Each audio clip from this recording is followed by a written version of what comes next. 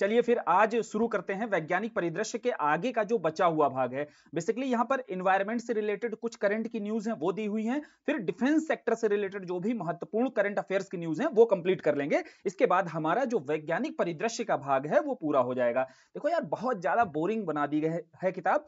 4 line काम की है और 40 लाइन दे रखी है कोई भी टॉपिक में, तो इस वजह से जबरन का एक कंटेंट यहां पर शामिल करने का कोशिश किया गया है। तो बहुत यार दिमाग की माथापच्ची हो गई। कंटेंट क्या है ना, थोड़ा सा रोचक बनाया जाए, कम शब्दों का प्रयोग किया जाए। इस तरीके की बुक हमारी घटनासार देखो आती है। घटनासार में बहुत लिमिटेड लाइंस यूज की जाती हैं और जितना जरूरी होता है उतना ही दिया जाता है। लेकिन अब आई दृष्टि का एक हाइप बना करके इतना ज्यादा कंटेंट शामिल कर दिया है कि बहुत बोरियत हो जाती है, बहुत इररिलेवेंट कंटेंट भी इसमें आ जाता है। तो यहाँ प्रयास है कि वो जो वैज्ञानिक परिदृश्य का भाग है, एक तो वैसे भी थोड़ा जटिल होता है, दूसरा उसमें जो इंफॉर्मेशन इतनी ज्यादा हो जाती है कि समझ नहीं आता है कि क्या जरूरी है एग्जाम के दृष्टिकोण से, वह प्रयास किया गया है यहाँ पर। पिछले वीडियो में भी देखो आपका एक्सपीरियंस क्या था, फीडबैक क्या था, और साथ ही ये वीडियो कंप्लीट होने के बाद आप बताना कि जो मेहनत की गई है वो मेहनत ठीक है कि नहीं, इजीली आपको ये टॉपिक समझ में आया कि नहीं आया, क्योंकि यार बहुत ज्यादा दिमाग खराब हो गया इस टॉपिक को पढ़ने में। चलो समझाने की कोशिश की जाती है और समझाते हैं भाई, देखते हैं भाई कितना समझ में आता है। ठीक, तो सबसे पहले देखो अपने पास टॉपिक क्या है। पहला टॉपिक है इंटरनेशनल बिग कैट अलायंस। तो इस अलायंस की बात की गई प्रधानमंत्री जी के द्वारा और अभी कैबिनेट के द्वारा इसको मंजूरी दे दी गई है। उसके लिए हम समझते हैं पहले बिग कैट क्या होता है। कैट समझते हो ना, बिल्ली, तो इसी फैमिली के ही जो बड़े बड़े जंतु होते हैं, जो बड़ी बड़ी कैट्स होती है, उन्हें बिग कैट बोला जाता है। अब इस बिग कैट अलायंस के संदर्भ में यह बोला गया, देखो जो इनकी पोचिंग वगैरह, मतलब जिनको इनका अवैध जो शिकार है वो बहुत ज्यादा होता है, इस अवैध शिकार को रोकने के लिए एक अलायंस बनाने की जरूरत है और इस अलायंस में उन देशों को साथ आने की जरूरत है जहां पर इनकी संख्या बड़े पैमाने पर मौजूद है। बोले इस मामले में सबसे ज्यादा संख्या कहां पर है, बोले सबसे ज्यादा संख्या हमें नजर आ रही भारत में। ठीक है, तो भारत के द्वारा ही पहल की गई और भारत के साथ साथ निकारागुआ, इस्वातिनी और सोमालिया, ये 3 देश हैं जो इसके सदस्य और बने इस अलायंस के। और इसका मुख्यालय कहां बनाया जाएगा, कॉमन सेंस पर बता सकते हो कि भारत में ही इसका मुख्यालय बनाया गया है। क्यों बनाया गया है, क्योंकि भैया इनकी संख्या के मामले में सबसे आगे खड़ा हुआ है भारत, इसलिए इसका मुख्यालय भी कहां बना हुआ है, भारत में बना हुआ है। अब बिग कैट अलायंस में कौन कौन शामिल होता है ये जानना जरूरी है, ध्यान से समझना। और देखो बिग कैट अलायंस में 7 आपके यहां पर शामिल किए जाते हैं जो बिग कैट्स हैं। और 7 कौन कौन से हैं, पहला है बाघ जिसे टाइगर बोलते हो, दूसरा है लायन, फिर तेंदुआ है लेपर्ड और हिम तेंदुआ, स्नो लेपर्ड जिसे बोला जाता है, फिर प्यूमा और जगुआर, फिर 7वां है आपका चीता। ठीक है, चीता और बाघ में कंफ्यूज मत होना, बाघ आपका टाइगर है, चीता आपका चीता ही होता है, इसका इंग्लिश भी। ठीक, क्लियर। अब देखो इसमें से जो 5 हैं, 5 आपके बिग कैट्स भारत में मौजूद हैं। 2 बिग कैट्स भारत में नहीं मिलती हैं, लेकिन वहां पर भारतीय जरूर मिलते हैं। कौन कौन सी 2, एक प्यूमा है, देखो वहां पर अपने विराट कोहली नजर आते हैं, दूसरा जगुआर है जहां पर अपने टाटा नजर आती है। ठीक है, तो ऐसे याद रख सकते हो कि 7 अपनी बिग कैट्स हैं जिसमें 5 भारत में पाई जाती हैं, 2 भारत में कौन कौन नहीं है, प्यूमा नहीं है और आपका जगुआर नहीं मिलता है। क्लियर, तो इस न्यूज से संबंधित जो भी डेटा है वो समझ में आ गया होगा। जानने वाली बात यह है कि इसमें से महत्वपूर्ण करंट अफेयर्स की न्यूज कौन सी है। जैसे बिग कैट से बहुत सारी न्यूज अभी आगे भी आएंगी, आपको क्या पता होना चाहिए, क्योंकि एनवायरनमेंट की न्यूज है, एनवायरनमेंट के स्टैटिक पोर्शन से जोड़ करके कुछ डेटा हमारे लिए जरूरी है जो हम सभी को पता होना चाहिए। एक प्रोजेक्ट टाइगर, प्रोजेक्ट एनवायरनमेंट की क्लास में हमने बहुत अच्छे से किया था, लेकिन यहां करंट की न्यूज के साथ जोड़कर समझा करो कि किसके हाई चांसेस हैं हमारे एग्जाम में पूछे जाने के। जैसे प्रोजेक्ट टाइगर पूछा जा सकता है, प्रोजेक्ट चीता यहां पर पूछा जा सकता है। क्लियर, प्रोजेक्ट टाइगर आपको पता होना चाहिए 1973 में आया, इसके साथ साथ इसके 50 वर्ष और पूरे हो गए हैं। वही प्रोजेक्ट चीता का वर्ष क्या है, प्रोजेक्ट चीता आपका 2022 में शुरू किया गया। सीधा यूपीपीसीएस का एग्जाम देखना, आप क्वेश्चंस प्रीवियस ईयर के एनालिसिस करना, वर्ष आता है सामने लिखा हुआ और मैच करने के लिए यहां पर आ जाता है। ठीक है, तो 2 बिग कैट से संबंधित आपका क्वेश्चन हो सकता है। तीसरा कौन सा भाई, स्नो लिपर्ड से संबंधित। देखो प्रोजेक्ट जो स्नो लिपर्ड है, ध्यान से समझना, अभी स्नो लिपर्ड की गणना भी की गई है, वो तो है ही न्यूज, लेकिन यहां इसके साथ कनेक्ट करते हैं पहले बिग कैट के साथ में। तो प्रोजेक्ट स्नो लिपर्ड अगर आपसे आ जाता है तो प्रोजेक्ट स्नो लिपर्ड आपको बताना है वर्ष कौन सा है, 2009 है। और कैसे याद कराया था, स्नो से याद कराया था। ठीक है, ऐसे स्नो लिखना है, नो को क्या लिखना है, नो लिखना है। ठीक है, प्रोजेक्ट स्नो लेपर्ड लिखते हो ना, तो स्नो लेपर्ड को आपको 9 का प्रोनाउंसिएशन दे रहा है, तो 9 से ही याद कर लेना है 2009 है। ठीक है, तो ऐसे याद रहेगा। और प्रोजेक्ट चीता कब है, 2022 है। प्रोजेक्ट टाइगर कब है, 1973 है। ये कुछ वर्ष हैं जो बिग कैट्स के संरक्षण के लिए जो आपके प्रोजेक्ट्स चलाए गए हैं, इनके वर्ष जरूर याद रखना है। ठीक, अब आगे जैसे जैसे न्यूज आती जाएगी आप इससे रिलेट करते हुए चलना। ठीक, आगे बढ़ें। अब आगे देखते हैं, अगली न्यूज है भारत में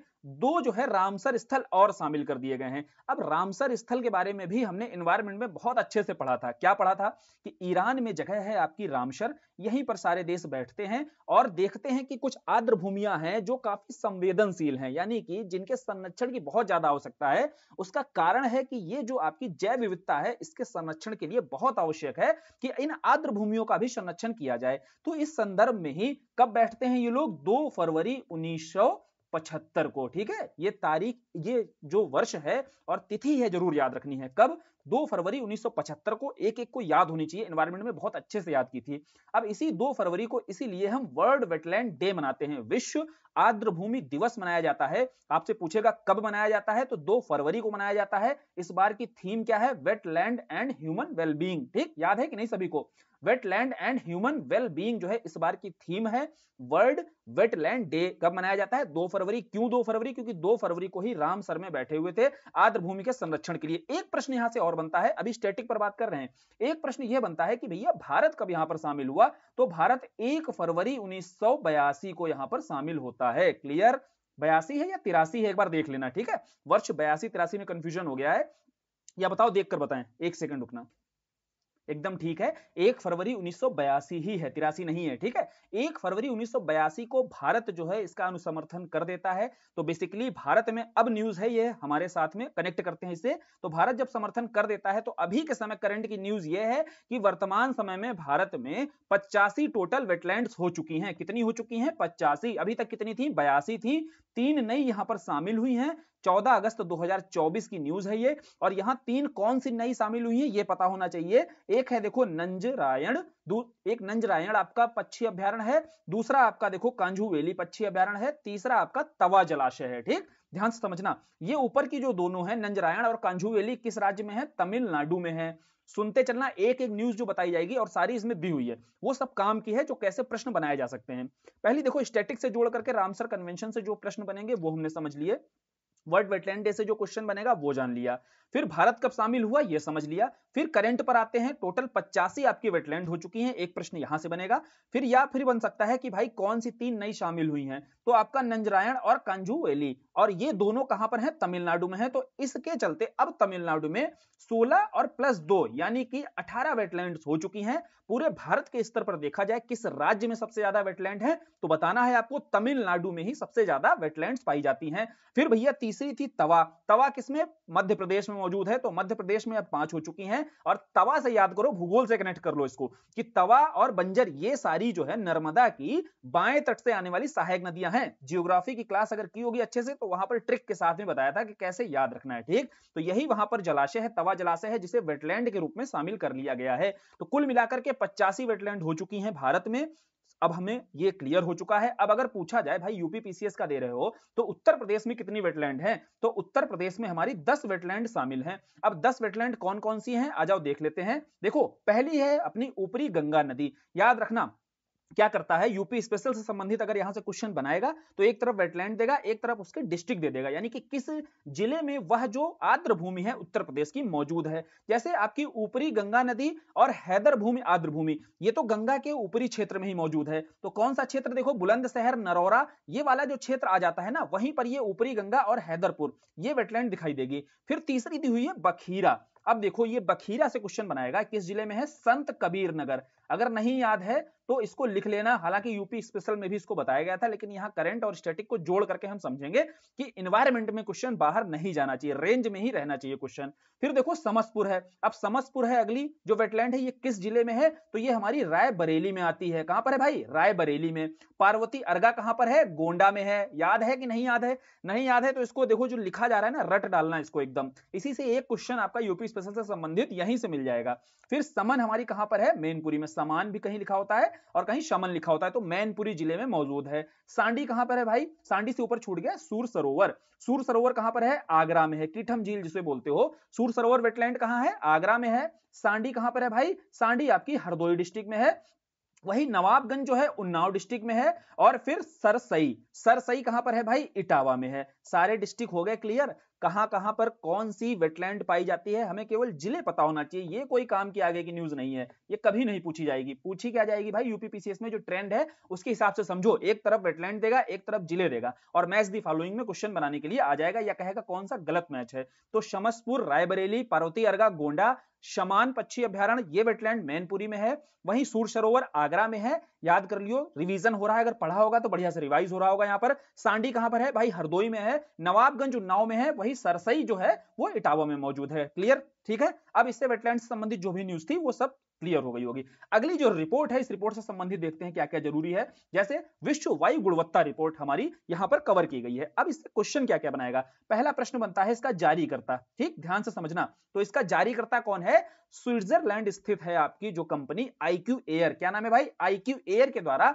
यह गुणवत्ता, वायु गुणवत्ता रिपोर्ट जारी की गई है। चूंकि एयर पॉल्यूशन को लेकर के आपको पता ही है हालात कितनी बुरी हैं इस समय, चाहे दिल्ली हो, चाहे आसपास का कोई भी डिस्ट्रिक्ट हो, चाहे कोई आसपास का देखो आपका शहर रहा हो, एयर पॉल्यूशन की स्थिति बहुत ही भयावह बनी हुई है। तो इससे संबंधित कोई रिपोर्ट अगर आती है तो रिपोर्ट पर प्रश्न बनाए जाने की गुंजाइश बहुत ज्यादा हो जाती है। देखो वायु गुणवत्ता रिपोर्ट है यहाँ पर, ये याद रखना कि जारीकर्ता जरूर ध्यान रखना, क्योंकि अभी एयर क्वालिटी रिपोर्ट आगे भी हम पढ़ेंगे, उसका जारीकर्ता बदल जाएगा तो पूरा डेटा बदल जाएगा। यहाँ जारीकर्ता है आपका आईक्यू एयर, ठीक है। तो आईक्यू एयर के द्वारा जो ये गुणवत्ता रिपोर्ट जारी की गई है, इस जारी रिपोर्ट के अनुसार बताना है कि सबसे कम कहां पर वायु गुणवत्ता, मतलब वायु की जो क्वालिटी सबसे बेहतर कहां पर है। तो सबसे बेहतर बताना है आपको ऑस्ट्रेलिया में है, ठीक। लेकिन यह रिपोर्ट बेसिकली आती है लोगों को जागरूक करने के लिए, साथ ही अपने यहां पर वायु गुणवत्ता को लेकर के जो प्रयास नहीं किए जा रहे हैं सरकारों को, उस पर अच्छे से कदम उठाए, है ना, उस पर अच्छे से स्टेप ले, ताकि वहां की क्वालिटी को बेहतर किया जा सके। इसलिए यह पता होना चाहिए कि सबसे खराब क्वालिटी,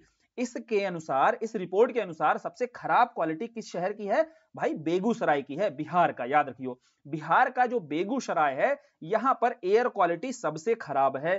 साथ ही यह जो रिपोर्ट आती है PM 2.5, और PM 2.5 एनवायरमेंट में बताया था कि ये जो आकार होता है, ये जो डायमीटर होता है, जो कण होते हैं, कण जो पार्टिकुलेट मैटर, पीएम का मतलब क्या है, पार्टिकुलेट मैटर। अब इसका जो डायमीटर होता है 2.5 माइक्रो में, याद रखना, माइक्रो में यह आंका जाता है, मापा जाता है। और बेसिकली PM 2.5 और छोटा हो जाता है, इससे थोड़ा सा बड़ा आकार PM 10 होता है, पार्टिकुलेट मैटर 10। और ये दोनों ही PM 10 और PM 2.5 दोनों ही बहुत घातक होते हैं मानव स्वास्थ्य के लिए। ये श्वास के माध्यम से लंग्स में जाते हैं, फिर ये ब्लड सर्कुलेशन में शामिल होते हैं, और बहुत सारी बीमारियों का ये कारण बनते हैं, लंग्स कैंसर संबंधी, ठीक। ऐसी कई सारी बीमारियां होती हैं। तो एयर पॉल्यूशन घातक है, इसीलिए यह रिपोर्ट आती है कि एयर क्वालिटी को बेहतर करो। इसमें पाया गया, आईक्यू एयर की रिपोर्ट आई, इसमें पाया गया कि सबसे खराब जहां की एयर क्वालिटी है वह शहर है बेगूसराय, और सबसे अच्छी अगर एयर क्वालिटी कहीं की है तो ऑस्ट्रेलिया है इसके अनुसार। साथ ही इसने जो देश के आधार पर बताया कि देश में भारत पीछे नहीं है, भारत तीसरे स्थान पर है। लेकिन पहले और दूसरे पर कौन है, तो पहले दूसरे पर हमारे पड़ोसी हैं। पहले स्थान पर बांग्लादेश है, दूसरे स्थान पर पाकिस्तान है, और तीसरे पर भारत आता है। फिर याद रखियो, अगर प्रश्न बना दिया उसने कि इस आईक्यू एयर के द्वारा जो जारी वायु गुणवत्ता रिपोर्ट है, इसके अनुसार सबसे प्रदूषित राजधानी कौन सी है, अब वहां ऑप्शन में बेगूसराय नंबर 1 पे होगा, लेकिन तुम जल्दबाजी में अगर केवल रिपोर्ट पढ़ करके आंसर मारोगे तो बेगूसराय मारोगे। नहीं भाई, राजधानी पूछा गया है तो राजधानी नई दिल्ली है, बेगूसराय राजधानी थोड़ी ना है, बिहार की राजधानी तो पटना है। तो इसीलिए अगर पूछा जाए सबसे प्रदूषित राजधानी कौन सी है, नई दिल्ली है। और यह जो रिपोर्ट आई है PM 2.5, पार्टिकुलेट मैटर 2.5 कणों की उपस्थिति के आधार पर, वहां की एयर में मौजूद PM 2.5 की उपस्थिति के आधार पर ही यह रिपोर्ट बनाई गई है, ठीक। ये रिपोर्ट क्लियर हो गई। इस रिपोर्ट से संबंधित जो जो डेटा जरूरी है हमारे लिए वो समझ में आ गया। क्या क्या जरूरी है, बेगूसराय को जानना जरूरी है, बांग्लादेश, पाकिस्तान, भारत, ये टॉप 3 हमें जानने जरूरी हैं, जो सबसे गंदी एयर रखते हैं। साथ ही साथ राजधानी सबसे पोल्यूटेड जाननी जरूरी है, जो है नई दिल्ली। आगे बढ़ते हैं अगली न्यूज पर। अगली न्यूज है भाई आइसोपॉड पर। अब आइसोपॉड से संबंधित न्यूज यह है कि इसका जो नामकरण, इसकी एक नई प्रजाति है, उस नई प्रजाति का जो नाम है वो क्या रखा गया है, वो देखो यार। चंद्रयान 3 आप सभी ने देखा होगा, पढ़ चुके हैं, पिछले वीडियो में पढ़ा हमने। तो चंद्रयान 3 को एक तरीके से ट्रिब्यूट देते हुए इस आइसोपॉड की नई प्रजाति का नाम रख दिया गया है, क्या, ब्रुशेथोवा इशरो। क्या नाम रखा गया है, ब्रुशेथोवा इशरो। ये जानकारी जरूरी थी। अब इससे जोड़ करके स्टैटिक की एक न्यूज पढ़ लेते हैं, ठीक है। स्टैटिक में याद करो, बायोलॉजी में अब आइसोपॉड आया है तो बायोलॉजी की एक स्टैटिक न्यूज इंपॉर्टेंट हो गई। क्या, हमने पढ़ा फाइलम, चूंकि आइसोपॉड वहां से जान जाओगे क्या होता है, फाइलम पढ़े थे। और फाइलम में हमने कई सारे फाइलम देखे थे जो इनवर्टिब्रेट होते हैं, यानी कि जो आपके अकेशोरिकी होते हैं, जिनमें रीढ़ की हड्डी नहीं पाई जाती है। फिर इसके आगे वर्टिब्रेट आ जाते हैं जिनमें रीढ़ की हड्डी पाई जाती है, जैसे जिसमें अपना मैमल भी आता है, ठीक। यूज आता है आपका, ठीक, एम्फीबियंस आते हैं। तो ये तो हो गए चलो आपके कौन से, रीढ़ की हड्डी वाले। लेकिन ये जो आपका आइसोपॉड है, ये कहां पर एग्जिस्ट करता है? ये आता है आपका अकशेरुकी में, बिना रीढ़ की हड्डी वाले में। और बिना रीढ़ की हड्डी वाले में एक फाइलम हमने पढ़ा था, याद होगा अगर बायो की क्लास की होगी, बहुत अच्छे से समझा था। वहां एक फाइलम हमने पढ़ा था आर्थ्रोपोडा, याद है? आर्थ्रोपोडा नहीं याद है तो जाकर बायो वाले नोट्स देखना या वीडियो देखना, वहां अच्छे से समझ में आएगा। आर्थ्रोपोडा फाइलम सबसे बड़ा फाइलम है आपका। अगर इन फाइलम की बात की जाए, इन समूह की बात की जाए, तो सबसे बड़ा फाइलम आर्थ्रोपोडा है। इसी आर्थ्रोपोडा में ही हमने पैरों के जोड़ों के आधार पर वर्ग बांटा था। उन्हीं पैरों के जोड़ों के आधार पर वर्ग था एक क्रिटेशियन, याद आया? उन्हीं जोड़ों के आधार पर एक वर्ग था क्रिटेशियन। और ये क्रिटेशियन जो है, याद है ऐसे कराया था कि क्रिटिकल स्थिति होती है तो ये जीव जो होते हैं इस फाइलम में मौजूद होते हैं तो आर्थ्रोपोडा में ही। क्रिटेशियन वर्ग में इसलिए रखा गया है क्योंकि ये जीव जो होते हैं पानी में रहते हैं। इसमें झींगा हो जाता है तुम्हारा, केकड़ा हो जाता है, याद है? और जब पानी में रहेंगे तो श्वास कैसे लेंगे? पानी में देखो मछलियां कैसे श्वास लेती हैं, गिल से श्वास लेती हैं। ऐसे ही पानी में ये आर्थ्रोपोडा वर्ग जो है रहता है, ये श्वास कैसे लेता है? गिल से लेता है। तो इसी आर्थ्रोपोडा वर्ग में ही आपका रखा जाता है आइसोपॉड को। समझ में आ गया? क्रिटेशियन ग्रुप में रखा जाता है, जहां केकड़ा और झींगा ये सब मौजूद हैं, उसी में आइसोपॉड है। और इसी आइसोपॉड की एक प्रजाति का नाम क्या रखा गया है? ब्रुशेथोवा इशरो रखा गया है नाम। ये न्यूज थी, स्टैटिक से जोड़ा, बायो की न्यूज भी हमने पढ़ ली, बायो भी पढ़ ली, इस बहाने हमारी रिवाइज हो गई और साथ ही करंट की न्यूज भी हो गई। क्लियर? आगे बढ़ते हैं, अगली है तेंदुआ को लेकर के। बिग कैट को लेकर बताया पहले ही कि बिग कैट बहुत चर्चा में है। एक देखो टाइगर है, चूंकि 50 वर्ष पूरे हो चुके हैं प्रोजेक्ट टाइगर के। दूसरा तेंदुआ को लेकर के देखो रिपोर्ट आई है। अब तेंदुआ को लेकर के हो या टाइगर को लेकर के हो, दोनों आपको पता है एनटीसीए के द्वारा गणना की जाती है। नेशनल टाइगर जो कंजर्वेशन अथॉरिटी है, इसी के द्वारा दोनों की, चाहे टाइगर की हो चाहे तेंदुआ की हो, यानी कि टाइगर और लेपर्ड दोनों की गणना की जाती है। टाइगर की देखो हम पढ़ चुके हैं, टाइगर की पहले ही पढ़ा चुके हैं हम लोग। कहां पर? एनवायरमेंट वाले सेक्शन में, जहां पर टाइगर की संख्या कितनी थी भाई? 3682। ठीक, 3 दूना 6 और यही 2 जो है आपका, 6 में 2 जोड़ दो तो 8 लिखा हुआ है। ऐसे याद, डेटा को याद रख सकते हो। तो 3682 जो है ये टाइगर की जनसंख्या आई है जो गणना की गई। इसके बाद पता चला कि टाइगर जो है 3682 हमारे देश में मौजूद हैं। और ये पिछली जो गणना है, बेसिकली जो टाइगर की हो या लेपर्ड की हो, हर गणना 4 वर्ष के बाद आती है। तो पिछली जो 4 वर्ष पहले की गई थी, हमने टारगेट रखा था कि दोगुनी हो जानी चाहिए, और ये दोगुनी से जल्दी हमने अचीव कर ली है, यानी कि दोगुनी हमने अचीव कर ली है जो टाइगर्स की संख्या है। ये एनटीसीए ने गणना करके बताया। और सबसे ज्यादा टाइगर कहां मौजूद हैं? बोले सबसे ज्यादा टाइगर मध्य प्रदेश में मौजूद हैं। तो टाइगर स्टेट ऑफ इंडिया किसे बोला जाता है? मध्य प्रदेश को। अब आते हैं लेपर्ड पर। तो लेपर्ड्स की जो संख्या है वो 13,874 है। ठीक, पर्याप्त संख्या है, इसीलिए कोई प्रोजेक्ट लेपर्ड वगैरह नहीं देखोगे कि पर्याप्त इनकी संख्या मौजूद है। और प्रोजेक्ट वगैरह किसके लिए चलाए जाते हैं? जिनकी संख्या कम होती है, संख्या बढ़ाने के लिए, लोगों को जागरूक करने के लिए, पोचिंग रोकने के लिए प्रोजेक्ट चलाए जाते हैं। इसलिए प्रोजेक्ट लेपर्ड नहीं दिखेगा, प्रोजेक्ट एस्नो लेपर्ड दिखेगा। ठीक, अभी आगे दिखेगा इसी में ही।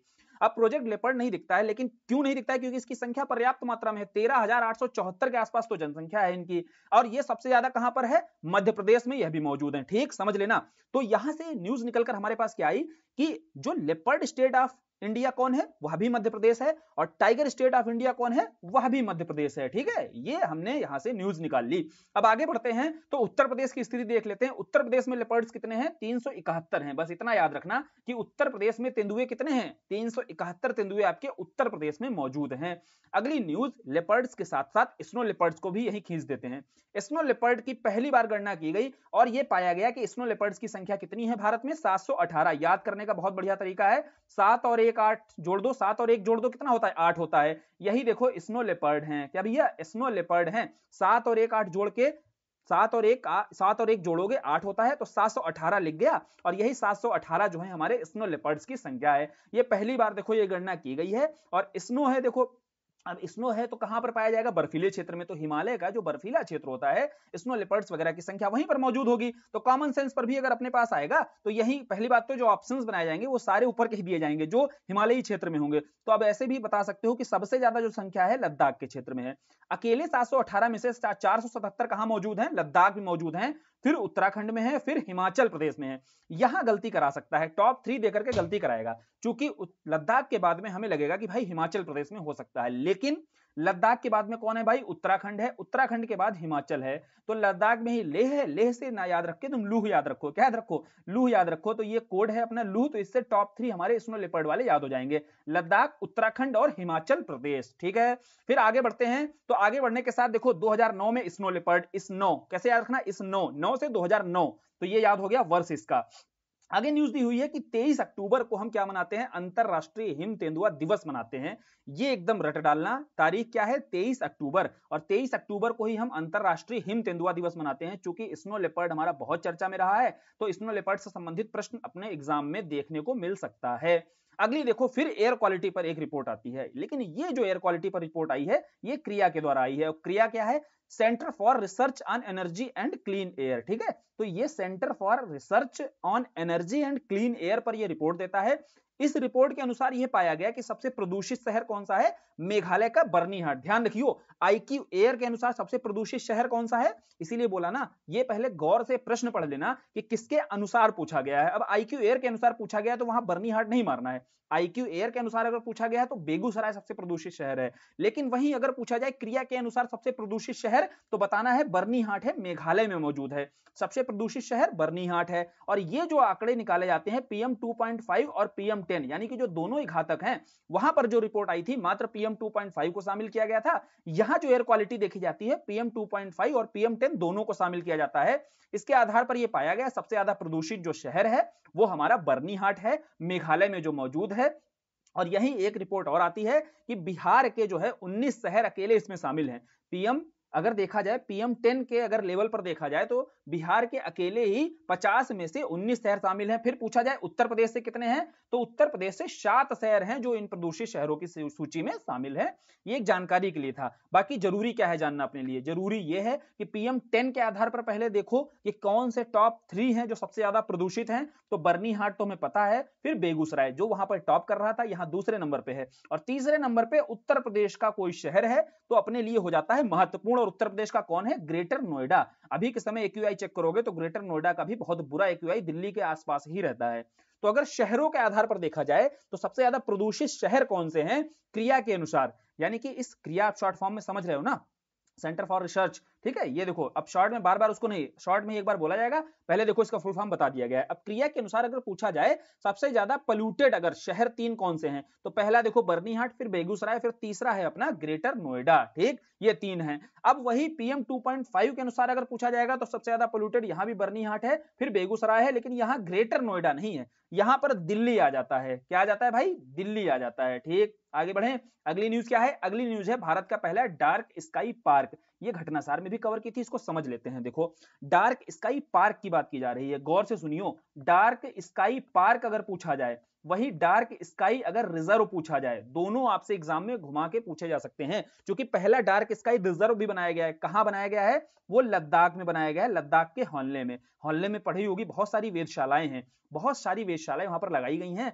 चूंकि रिसर्च वगैरह के लिए भी बहुत ही शांत, एकदम शांत स्थान है वो, और आसानी होती है वहां पर, ऊंचाई पर स्थित है वो। कौन सा? लद्दाख का जो हानले है आपका। तो इसीलिए वहीं पर जो ये dark sky reserve, dark sky क्या होता है? मतलब आसमान एकदम काला। अब बोले यार शौकीन तो होते हैं लोग, है ना, एक तो टूरिज्म के लिए भी जरूरी है, रिसर्च वगैरह के साथ साथ टूरिज्म के लिए भी जरूरी है, क्योंकि बहुत खलिहर लोग होते हैं वहां पे बैठ के आसमान देखेंगे, आसमान देखेंगे, टूरिज्म को बढ़ावा मिलेगा। तो इसी उद्देश्य के साथ में ये डार्क स्काई रिजर्व बनाया गया था। और वहां पर नेचुरल जो राइड्स होती हैं, जैसे जो हेडलाइट्स वगैरह रहती हैं, गाड़ियों का प्रकाश रहता है, ये प्रकाश बिल्कुल वहां पर नहीं रहता है। नाम मात्र का भी रहता है तो रहता है, नहीं तो ये कृत्रिम प्रकाश को बिल्कुल रोका जाता है। बिल्कुल नेचुरल प्रकाश देखने को मिलेगा। और नेचुरल प्रकाश में बैठ करके तारों को देखो बढ़िया एकदम, और बढ़िया लेखक जैसे लोग जो होते हैं वहीं पर बैठ करके बढ़िया रचनाएं करेंगे अपनी, है ना।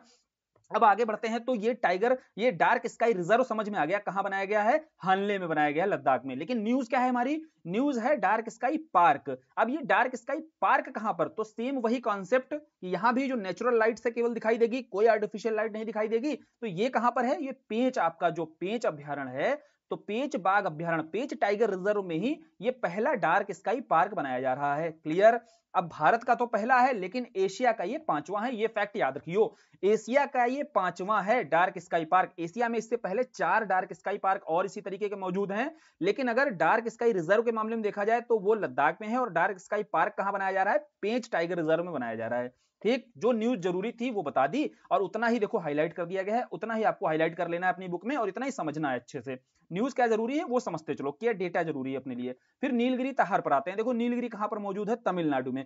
तमिलनाडु राज्य के द्वारा इसके संरक्षण के लिए, इसके प्रोटेक्शन के लिए एक परियोजना लाई जाती है, नीलगिरी ताहार परियोजना। और साथ ही साथ ये समझ लो ये नीलगिरी का राजकीय पशु भी है। कौन भाई? नीलगिरी। अब नीलगिरी पहाड़ियां यहां से आपको पता होना चाहिए, आपको बताना है भाई नीलगिरी पहाड़ियां, कमेंट में बताना है कि नीलगिरी जो पहाड़ियां हैं कौन कौन से 3 राज्यों के संगम पे मौजूद है। जियोग्राफी में बहुत अच्छे से वहां पर किया था हमने, लेकिन आपको कमेंट में यहां पर बताना है। देखो स्टैटिक की भी बहुत सी चीजें यहां से कनेक्ट करके अपनी तैयार होती जाती हैं, करंट से अगर जोड़ करके भी पूछी जाएंगी ना तो वो भी हमें पता रहेंगी कहां से कैसे पूछी जाएंगी। अब आते हैं 7 अक्टूबर को, ये तारीख याद रखनी है। वहां 23 अक्टूबर हमने किसकी याद की थी? जो स्नो लिपर्ड है, अंतरराष्ट्रीय जो स्नो लिपर्ड डे है वो कब मनाया जाता है? 23 अक्टूबर को। वहीं 7 अक्टूबर क्या है भाई? नीलगिरी ताहार दिवस मनाया जाता है। तो ये तारीख भी याद रखना, चूंकि नीलगिरी ताहार बहुत चर्चा में रहा।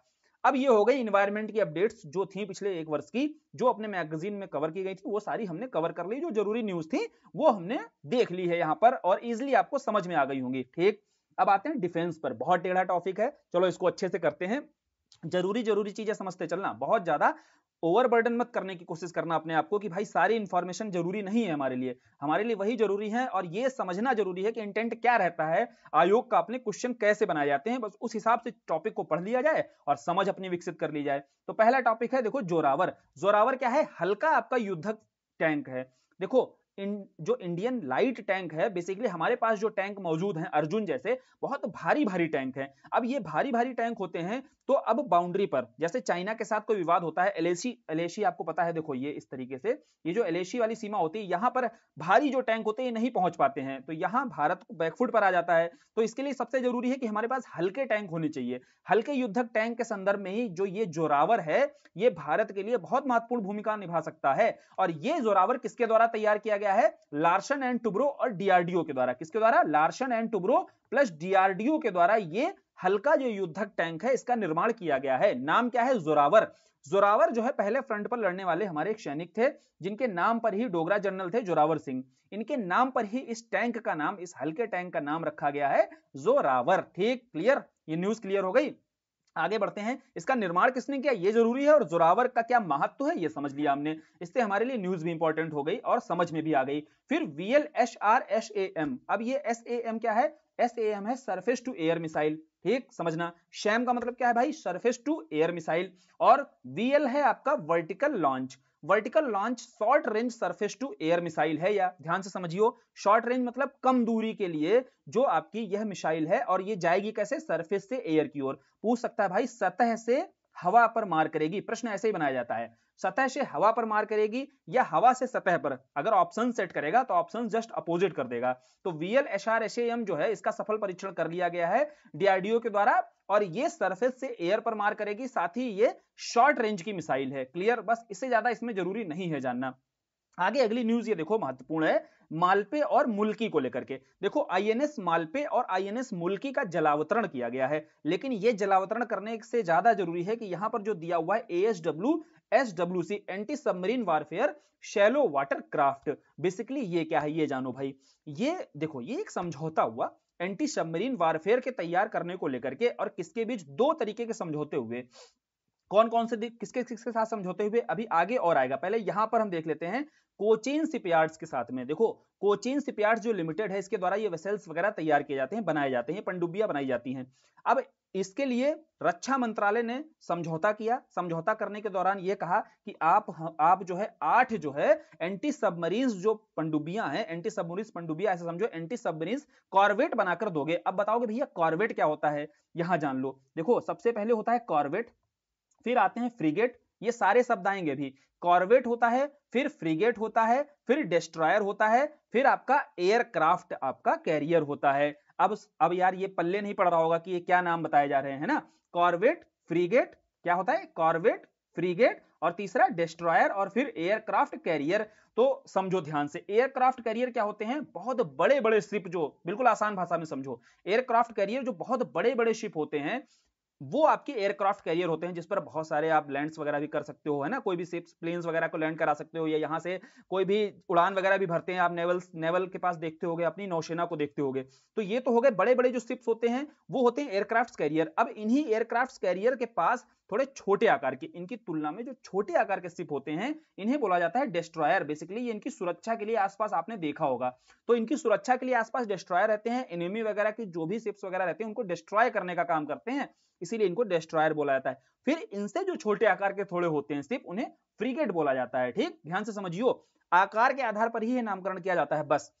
तो इनसे जो छोटे आकार के होते हैं शिप, उन्हें फ्रीगेट बोला जाता है, और फिर इससे जब छोटे हो जाते हैं और छोटे आकार के, तो उन्हें कॉर्वेट बोला जाता है। अब हम आ रहे हैं अपनी न्यूज पर, तो बोले रक्षा मंत्रालय के द्वारा कोचिन शिपयार्ड के साथ समझौता किया गया और बोला गया आप 8 जो है एंटी सबमरीन जो है वॉरफेयर तैयार करके दोगे। ठीक है, पनडुब्बी रोधी जो युद्धक क्षमता वाले युद्धपोत होते हैं, ये तैयार करके आपको देने हैं, और क्या बना के देना है, कॉर्वेट बना के देना है। तो 8 कॉर्वेट में से जो अभी जलावतरण किया गया है, वो देखो आपका मालपे और मुल्की है, ये तैयार किए जा रहे हैं। 3 देखो दिए जा चुके हैं, इसी में आपका दिया हुआ है, 3 देखो यहीं पर दिए होंगे जो दिए जा चुके हैं, चौथा और पांचवा। चौथे और पांचवें नंबर का मालपे और मुल्की है, जिसका जलावतरण कर दिया गया है। ठीक, ये जो समझौता है anti submarine warfare shallow water craft जो तैयार किया जा रहा है, ये क्लियर हुआ। ये रक्षा मंत्रालय का किसके साथ समझौता है, कोचिन शिपयार्ड के साथ में, और कॉर्वेट तैयार करके देना है। कॉर्वेट क्या होता है, सबसे छोटे आकार के जो शिप होते हैं, इसके बाद इससे थोड़ा बड़ा आकार तो फ्रीगेट, अभी फ्रीगेट से संबंधित भी अपने पास न्यूज आएगी। फिर इससे बड़े आकार का डिस्ट्रॉयर, डिस्ट्रॉयर से संबंधित भी न्यूज आएगी अपने पास, टेंशन नहीं लेनी, यहां पर समझ लेना है खाली, अगर ये नाम आता है तो नाम याद होना चाहिए। फिर इसके बाद में एयरक्राफ्ट। अब भैया एयरक्राफ्ट अभी अपने पास 2 ही हैं, एक है विक्रमादित्य और दूसरा है विक्रांत। ठीक है, और तीसरे पर आईएनएस विशाल पर बात की जा रही है कि आईएनएस विशाल भी क्या तैयार किया जाए। तो बड़े बड़े एयरक्राफ्ट कितने हैं, मात्र 2 हैं। डिस्ट्रॉयर कितने हो चुके हैं, डिस्ट्रॉयर अपने पास 12 हो चुके हैं, अभी 12वें की ही चर्चा की जाएगी। आईएनएस इंफाल जो है अपने पास 12वां डिस्ट्रॉयर जो है शामिल हो चुका है अपनी नौसेना के पास में। ठीक, समझते चलना, यहां पर थोड़ी थोड़ी चर्चा की जा रही ताकि आगे जो न्यूज आए ना, उस न्यूज में भड़बड़ाहट ना हो एकदम कि भाई ये क्या आ गई। ठीक, तो ये जो बेसिक अंडरस्टैंडिंग है इस पे देनी जरूरी थी ताकि आप समझ सको। और सारी होती किस लिए है, नेवल की हमारी सुरक्षा के लिए होती है, नौसेना की सुरक्षा के लिए होती हैं, सारी शिप्स काम करती हैं भाई। एयरक्राफ्ट कैरियर भी देखो नौसेना सुरक्षा के लिए, उसके आसपास डिस्ट्रॉयर रहते हैं, फिर फ्रिगेट्स भी होते हैं आपके, और फिर कॉर्वेट भी होते हैं, छोटी छोटी जो आपके शिप्स होते हैं। क्लियर, तो इसको लेकर के मालपे और मुल्की को लेकर के क्या न्यूज है ये समझ में आ गई। अब आगे बढ़ते हैं, अगली न्यूज है अग्नि 4 को लेकर के। देखो भैया अग्नि 4 को लेकर समझना है तो एक न्यूज यहां समझो बहुत आसानी से। अग्नि पर कई बार न्यूज बनी है, इस मैगजीन में अग्नि 4 पर न्यूज मिलेगी, अग्नि 5 पर भी न्यूज एक मिलेगी, अग्नि प्राइम पर न्यूज मिलेगी। चलो देखते हैं अग्नि की शुरुआत कहां से होती है, वहां से जोड़ करके सारी न्यूज समझ में आ जाएंगी इजिली। तो शुरुआत होती है आपकी integrated guided missile development program. भैया 1982 और 83 का ये प्रोग्राम है। बेसिकली देखो इसके पहले युद्ध हो चुके थे हमारे पाकिस्तान के साथ में, चाइना के साथ भी युद्ध हो चुका था। तो अब यहां पर जो एपीजे अब्दुल कलाम साहब चाहते थे कि हम मिसाइल के क्षेत्र में भारत को आत्मनिर्भर बनाएं, इसी से संबंधित जो प्रोग्राम चालू किया गया integrated guided missile development program चालू किया गया। इसमें 5 श्रेणी की मिसाइलें शामिल की गई, और इस पर प्रश्न भी बनता है, ध्यान से समझियो, कोई फालतू की न्यूज नहीं है ये। कौन सी, पटना उन्हें बोला गया, शॉर्ट में एब्रीविएशन। ये 5 श्रेणी की मिसाइलें बोला गया कि इनको हम तैयार करेंगे। पहली है पृथ्वी, दूसरा है भाई अग्नि, तीसरी है त्रिशूल, चौथी है नाग, और पांचवी है आकाश। ठीक है, ये 5 मिसाइलें बोला गया तैयार की गई। अब इन पर प्रश्न कैसे बनाया जाता है ये समझ लो। इन पर प्रश्न ऐसे बनता है कि ये जो मिसाइलें हैं ये सरफेस टू एयर कौन सी है, सरफेस टू सरफेस कौन सी है, ये सब समझो। तो पृथ्वी जो है आपकी सरफेस टू सरफेस है, फिर अपनी अग्नि जो है यह भी सरफेस टू सरफेस है। तो ये दोनों सरफेस टू सरफेस हैं, पृथ्वी और अग्नि। और फिर आती है टैंक, तो ये फिर आती है आपकी ये त्रिशूल। हाँ, त्रिशूल जो है सरफेस टू एयर है, और जो नाग है आपकी एंटी टैंक मिसाइल है। क्लियर, ये एंटी टैंक मिसाइल है, याद रखियो नाग क्या है, एंटी टैंक मिसाइल है। और फिर आती है आपकी आकाश, आकाश भी आपकी सरफेस टू एयर है। तो 2 आपकी सरफेस टू सरफेस हैं, कौन सी, पृथ्वी और अग्नि। और सबसे बढ़िया तरीका है टैंक। देखो टैंक है आपका नाग, ये तो याद करना नहीं है। अब त्रिशूल और आकाश ये दोनों याद हो जाएंगे, और याद कराए भी थे। त्रिशूल क्या होता है, त्रिशूल देखो ऐसे ऊपर की ओर होता है ना, सरफेस से किस साइड में होता है, ऊपर की ओर होता है कि नहीं त्रिशूल, अगर जमीन में रख दो तुम। तो ये मिसाइल भी हमें हो गया कि अटैक कैसे करेगी, सरफेस से करेगी, और टारगेट कहां करेगी, एयर में करेगी। तो बेसिकली ये सरफेस टू एयर हो गई अपनी त्रिशूल। फिर आ जाता है आकाश। अब आकाश अगर नीचे सरफेस से खड़े होकर, आकाश कहां होता है, ऊपर होता है, एयर में होता है, तो ऐसे ही मिसाइल भी आपको याद हो गया कि सरफेस टू एयर होती है आकाश। तो याद करने का बढ़िया तरीका है कि सरफेस टू एयर कौन कौन सी हैं, त्रिशूल है और आकाश है। ठीक, कंफ्यूज नहीं होगे, वहां सरफेस टू सरफेस आ जाएगा तो कंफ्यूजन हो जाता है और गलत हो जाता है, फिर वहां समझ नहीं आता है। लेकिन ये अपनी जो लॉजिक है, ये अपना निमोनिक जो है एक तरीके से समझ लो, तो ये याद रखोगे आप कि आकाश और त्रिशूल जो है ये सरफेस टू एयर मिसाइल है। अब अपने पास बार बार जो चर्चा आएगी वो अग्नि मिसाइल की आएगी। यही पृथ्वी भी सरफेस टू सरफेस है, फिर पृथ्वी अग्नि से अलग कैसे है? देखो, पृथ्वी जो है शॉर्ट रेंज की मिसाइल होती है। पृथ्वी आपकी शॉर्ट रेंज, कम दूरी की बैलिस्टिक मिसाइल है। कोई टारगेट अगर 700 750 किलोमीटर दूरी तक का अगर हिट करना है तो उसके लिए अपनी पृथ्वी ठीक है, लेकिन अगर कोई कम दूरी से लेकर के लंबी दूरी तक का अगर टारगेट हिट करना है तो उसके लिए अपनी आती है अग्नि मिसाइल। और इसीलिए अग्नि मिसाइल को लगातार अपडेट किया जाता है और इसकी चर्चा मिलेगी अपने पास। अग्नि 1, अग्नि 2, अग्नि 3 और लेकर के 5, और अभी 6 ऑपरेशनल नहीं है।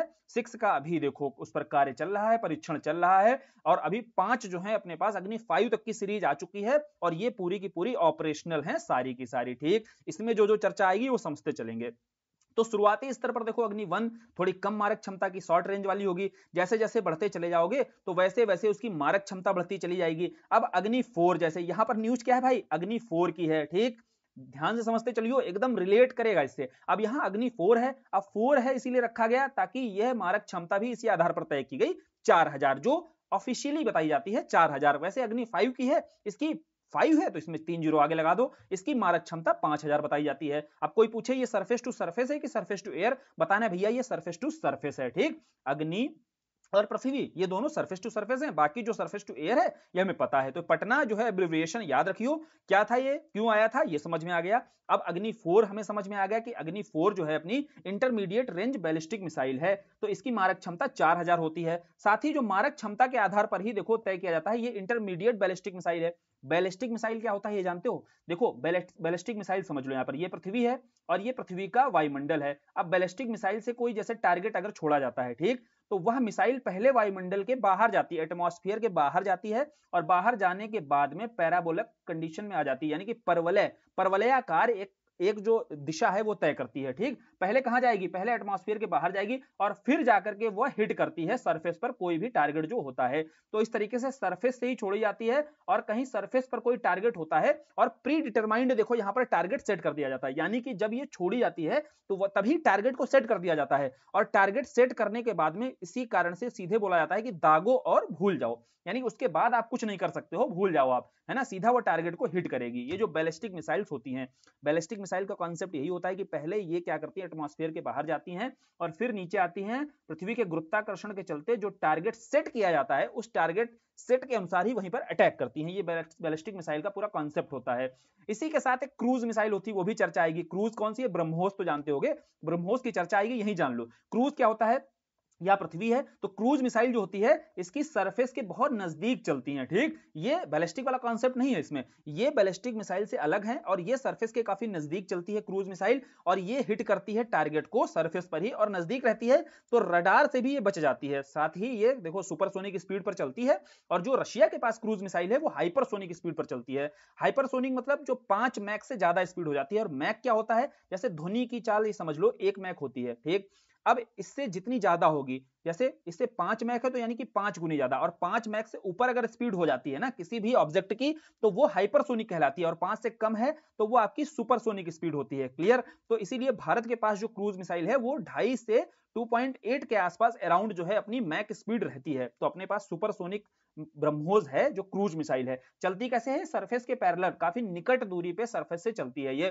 साथ ही इसमें दागो और भूल जाओ वाली परंपरा नहीं है, इसमें क्या है ना, टारगेट को ढूंढ कर मारती है ये। ठीक, ऐसा समझ लो, टारगेट को खोज कर मारती है। अब जैसे पहाड़ी क्षेत्र है, पहाड़ी क्षेत्र में कोई व्यक्ति छुपा हुआ है, अब वहां पर अगर ये बैलिस्टिक मिसाइल छोड़ोगे तो अगर दुश्मन मान लो भाग गया, इधर उधर कहीं भाग गया तो मुश्किल हो जाएगा। लेकिन ये क्रूज मिसाइल क्या करेगी, भैया इस पहाड़ के पीछे तुम छुपे थे, हमने यहां से छोड़ा इसको, ठीक, मिसाइल को, अब बोले तुम दूसरी पहाड़ी के नीचे जाओगे तो दूसरी पहाड़ी तक ढूंढ के तुमको मारेगी। तो ये क्रूज मिसाइल इस मामले से देखा जाए तो इस आधार पर ये बेहतर होती है। लेकिन जो बैलिस्टिक मिसाइल होती है ज्यादा रेंज तक जो है आप टारगेट कर सकते हो, तो ये रेंज ही आपकी बढ़ती जा रही है अग्नि 1 से लेकर के जैसे अग्नि 5 पर जा रहे हैं। अब 5000 रेंज जैसे ही जा रहे हो, 5000 किलोमीटर तक जैसे ही मारेगी ये अग्नि 5, तो इसमें चाइना बहुत चिंतित हो जाता है, क्योंकि 5000 बताता, चाइना कहता है कि भारत अग्नि 5 में ये बता रहा है कि हम 5000 किलोमीटर की रेंज है, लेकिन इसकी ज्यादा है, 6000 के अराउंड है, तो पूरा चाइना कवर हो जाता है। इसीलिए अग्नि 5 का बहुत ज्यादा विरोध किया जाता है जैसे ही परीक्षण किया जाता है, और हम इसका सफल परीक्षण कर चुके हैं अग्नि 5 का, अभी इसी करंट की न्यूज में आएगा वो भी। अभी हम अग्नि 4 पर हैं, अग्नि 4 पर ज्यादा हू हल्ला नहीं किया जाता है, किया तो जाता है क्योंकि इसमें पूरा देखो चाइना जो है कवर नहीं हो रहा है, चाइना पूरा कवर करना है तो 5500 तक जाना पड़ेगा, इसीलिए 5500 के ऊपर ही अगर रेंज है तो इंटरकॉन्टिनेंटल मिसाइल बोल दी जाती है। क्या बोल दिया जाता है? अभी अग्नि 5 हम देखेंगे वो इंटरकॉन्टिनेंटल, एक कॉन्टिनेंट से दूसरे कॉन्टिनेंट को हिट करना है, तो उसके लिए 5500 किलोमीटर से ज्यादा मारक क्षमता आपके पास मिसाइल में होनी चाहिए, और ये मारक क्षमता हमारे पास अग्नि 5 मिसाइल रखती है। ठीक, अब देखो यार, अग्नि 5 से संबंधित जितनी न्यूज जरूरी थी सब समझा दी, पटना से लेकर के आगे आपका अग्नि 5 तक पूरा क्लियर हुआ। अब जो जो न्यूज आएगी बहुत इजीली समझ में आएगी। ठीक, मिसाइल से संबंधित या बैलिस्टिक मिसाइल या क्रूज मिसाइल, इनसे संबंधित कोई भी न्यूज अपने पास आएगी इस मैगजीन में, सब बहुत आसानी से समझ जाओगे। या कॉर्वेट और फ्रिगेट, कहीं भी ये शब्द देखोगे, कॉर्वेट, फ्रिगेट, डिस्ट्रॉयर और एयरक्राफ्ट कैरियर। ठीक, एयरक्राफ्ट कैरियर गूगल करना, बड़ा सा शिप आपको दिखेगा वही एयरक्राफ्ट कैरियर होता है। फिर क्या है, आप देखोगे उससे छोटा शिप होता है उसको डिस्ट्रॉयर, उससे छोटा जो होता है फ्रिगेट होते हैं। ठीक, और उससे छोटे शिप होते हैं उसे कॉर्वेट बोलते हैं। ठीक है, आगे बढ़े, आगे बढ़ते हैं तो फिर अब समुद्र प्रताप आगे दिखता है भाई। समुद्र प्रताप क्या है? समुद्र प्रताप जो है प्रदूषण नियंत्रक पोत है। बोले ये क्या है? देखो यार, बहुत सारे शिप्स वगैरह आते हैं आपके यहाँ, क्रूड ऑयल्स हम इंपोर्ट करते ही हैं, है ना, करते हैं कि नहीं करते हैं? बोले हाँ, तो बहुत सारे हम क्रूड ऑयल्स लेकर आते हैं शिप्स, तो अब ऑयल स्पिलेज भी होता है वहां पर। ऑयल स्पिलेज का मतलब है कि तेल का जो रिसाव हो जाता है, तेल का रिसाव होने से जो वहां का मैराइन इकोसिस्टम है, वो समुद्र का जो इकोसिस्टम है उस पर नकारात्मक प्रभाव पड़ सकता है। इस नकारात्मक प्रभाव को रोकने के लिए जो वेसल है, इसको कंट्रोल करने के लिए जो वेसल है, उसी का नाम है समुद्र प्रताप। ठीक है, समुद्र प्रताप, इसका निर्माण किसके द्वारा किया गया है? गोवा शिपयार्ड लिमिटेड के द्वारा इसका निर्माण किया गया है। काम क्या करेगा? इसी तेल रिसाव से संबंधित जो भी घटनाएं होती हैं उनको रोकने का काम करेगा। बेसिकली जो मैराइन इकोसिस्टम है इसको बेहतर करने का काम करेगा। ठीक, समुद्र प्रताप क्लियर हुआ। आगे बढ़ते हैं, सेबेक्स पर आते हैं। अब सेबेक्स 2 विस्फोटक क्या है इसको समझो। सेबेक्स 2 विस्फोटक जैसे ही आता है, और ये बेसिकली किसके द्वारा ये जो है विकसित किया गया? ये किया गया इकोनॉमिक एक्सप्लोसिव लिमिटेड, तो इसके द्वारा एक्सप्लोसिव आइटम्स ही बनाए जाते हैं। उसी एक्सप्लोसिव आइटम में सेबेक्स विस्फोटक, सेबेक्स 2 विस्फोटक भी बनाया गया है। क्या? ऐसे समझो, ये दुनिया के जो बहुत खतरनाक बम होते हैं, जो बड़े से बड़े बम होते हैं, उनमें से ये एक है। अब दुनिया के जो खतरनाक सबसे बड़े से बड़े बम हैं, उनमें देखो, उनमें एक आप जानते होंगे, मदर ऑफ ऑल बम बोला जाता है। ये किसके पास में है? मदर ऑफ ऑल बम। तो मदर ऑफ ऑल बम मौजूद है अमेरिका के पास में। वहीं अमेरिका ने जब मदर ऑफ ऑल बम बनाया तो रशिया कहने लगा रुको, हमारे पास भी है फादर ऑफ ऑल बम। तो फादर ऑफ ऑल बम मतलब सभी बम जितने हैं ना उनका पापा, और सभी जो बम है उनकी मम्मी किसके पास है? रशिया के पास है फादर, और यूएसए के पास में मदर। तो ऐसे ही बड़े बड़े बम जो होते हैं, और बेसिकली ये नॉन न्यूक्लियर होते हैं, मतलब ये जो होते हैं न्यूक्लियर, नाभिकीय नहीं होते हैं, इसमें किसी भी तरीके का एक्सप्लोजन, नाभिकीय एक्सप्लोजन नहीं होगा, ये नॉन न्यूक्लियर एक्सप्लोजन होता है। लेकिन एक्सप्लोजन इतने बड़े स्तर पर होता है, इसके आकार के आधार पर ही ये बहुत बड़े स्तर के बम बोले जाते हैं, इसलिए फादर ऑफ ऑल बम बोल दिया जाता है, और उसे मदर ऑफ ऑल बम। और ऐसा ही एक बम कह लो, कह सकते हो कि ग्रैंड फादर ऑफ ऑल बम, यानी है नहीं उतना, देखो उतना एक्सप्लोजन नहीं होगा, लेकिन समझ लो भारत का जो ग्रैंड फादर ऑफ ऑल बम है वो सेबेक्स है। ठीक है, क्या नाम है? सेबेक्स नाम है इसका। और ये सेबेक्स जो है टीएनटी के आधार पर, टीएनटी विस्फोटक होता है, देखते हो बड़ी बड़ी बिल्डिंगें गिराने के लिए क्या होता है? टाई नाइट्रो टालुइन का ही यूज किया जाता है। तो ये बड़े बड़े जो विस्फोट किए जाते हैं तो टीएनटी को ही यूज करते चले आ रहे हैं, इसीलिए टीएनटी से तुलना करते हुए पाया गया कि टीएनटी से 2 गुना ज्यादा, वो भी 2.01 गुना ज्यादा घातक है ये वाला जो बम है। कौन सा बम है? सेबेक्स 2। क्लियर, न्यूज क्लियर हो गई, समझ में आ गई। आगे बढ़े, आईएनएस अरिघात पर बढ़ते हैं। भाई आईएनएस अरिघात क्या है? देखो आईएनएस अरिघात जो है स्वदेश निर्मित परमाणु पनडुब्बी है। अब बोले ये सबमरीन जो है परमाणु सबमरीन, न्यूक्लियर सबमरीन क्या है इसको समझाओ थोड़ा सा। अब इसको न्यूक्लियर सबमरीन को समझते हैं, ये दूसरी है, तो पहली कौन सी है?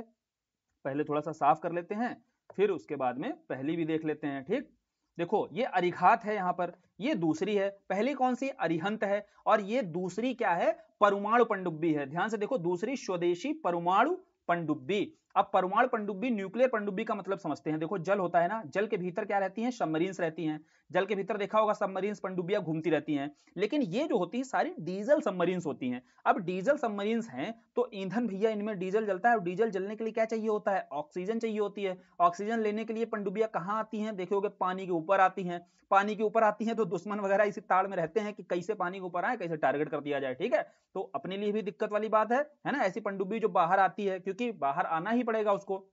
कब तक? ईंधन दहन करने के लिए उसको ऑक्सीजन चाहिए कि नहीं चाहिए, तो इसीलिए डीजल वगैरह दहन करने के लिए ऑक्सीजन लेने जैसे ही ऊपर आती हैं वैसे ही टारगेट पे आ जाती हैं। तो इसी से बचने के लिए यहां तैयार की जा रही हैं परमाणु पनडुब्बी। क्या तैयार की जा रही है? परमाणु पनडुब्बी। न्यूक्लियर सबमरीन क्या होती है? इसमें नाभिकीय ईंधन का यूज किया जाता है। अब नाभिकीय ईंधन के लिए भैया बिल्कुल ऑक्सीजन की जरूरत नहीं, वो ज्यादा समय तक क्या रह सकती हैं? ज्यादा समय तक पानी के भीतर रह सकती हैं। तो इसको पता लगाना बड़ा मुश्किल हो जाता है दुश्मन के लिए, ठीक है। अब दुश्मन के लिए पता लगाना मुश्किल हो जाता है, तो इसी संदर्भ में ही आईएनएस अरिघात हमें समझ में आ गया कि क्यों जरूरत है इसकी आईएनएस अरिघात की। इसे भारतीय नौसेना में इसको शामिल कर लिया गया है, ठीक।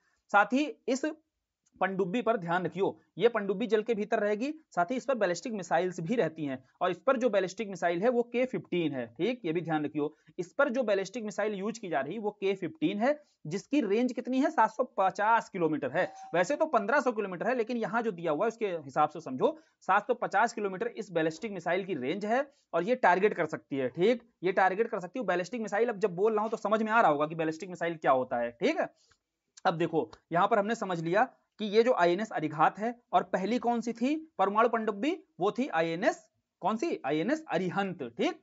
ये दोनों परमाणु पनडुब्बी क्लियर हो गई। इसके साथ हम एक समझौता भी किसी देश के साथ में कर रहे हैं, चाहते हैं कि हम मिलकर के, क्योंकि ये बहुत हाई रेंज की, बहुत एडवांस लेवल की न्यूक्लियर सबमरीन नहीं है, तो हम एडवांस लेवल की अगर न्यूक्लियर सबमरीन चाहते हैं तो एडवांस टेक्नोलॉजी चाहिए हमें। अब इस एडवांस टेक्नोलॉजी के लिए हम ऐसे किसी देश के साथ में समझौता चाहते हैं। किसके साथ में? याद करो, प्रोजेक्ट 75 हम चला रहे थे। प्रोजेक्ट 75 किसके साथ में था? भारत और फ्रांस के साथ में था। 6 यहां पर सबमरीन्स मिली हुई थी, लेकिन ये न्यूक्लियर सबमरीन्स नहीं थी, याद है कि नहीं? जहां वेगा, वागशीर, कलवरी, ये सारी हमने देखी थी सबमरीन्स तैयार की जा रही थी भारत और फ्रांस की मदद से। यहीं पर प्रोजेक्ट अल्फा, क्या नाम है भैया? प्रोजेक्ट अल्फा 75 की बात की जा रही है। फ्रांस से लगातार हम कह रहे हैं कि चलो हम क्या करेंगे, मिलकर के अब न्यूक्लियर सबमरीन्स बनाएंगे, ठीक। याद रखिए, ये भी पूछा जा सकता है। तो प्रोजेक्ट अल्फा जो 75 है, ये भारत और फ्रांस के बीच में समझौता है न्यूक्लियर सबमरीन्स को लेकर के। ये कोशिश की जा रही है भारत सरकार के द्वारा, हम एडवांस लेवल की जो न्यूक्लियर सबमरीन्स तैयार करें। और न्यूक्लियर सबमरीन्स क्यों जरूरी होती है ये समझ में आ गया होगा, ठीक। आगे बढ़े।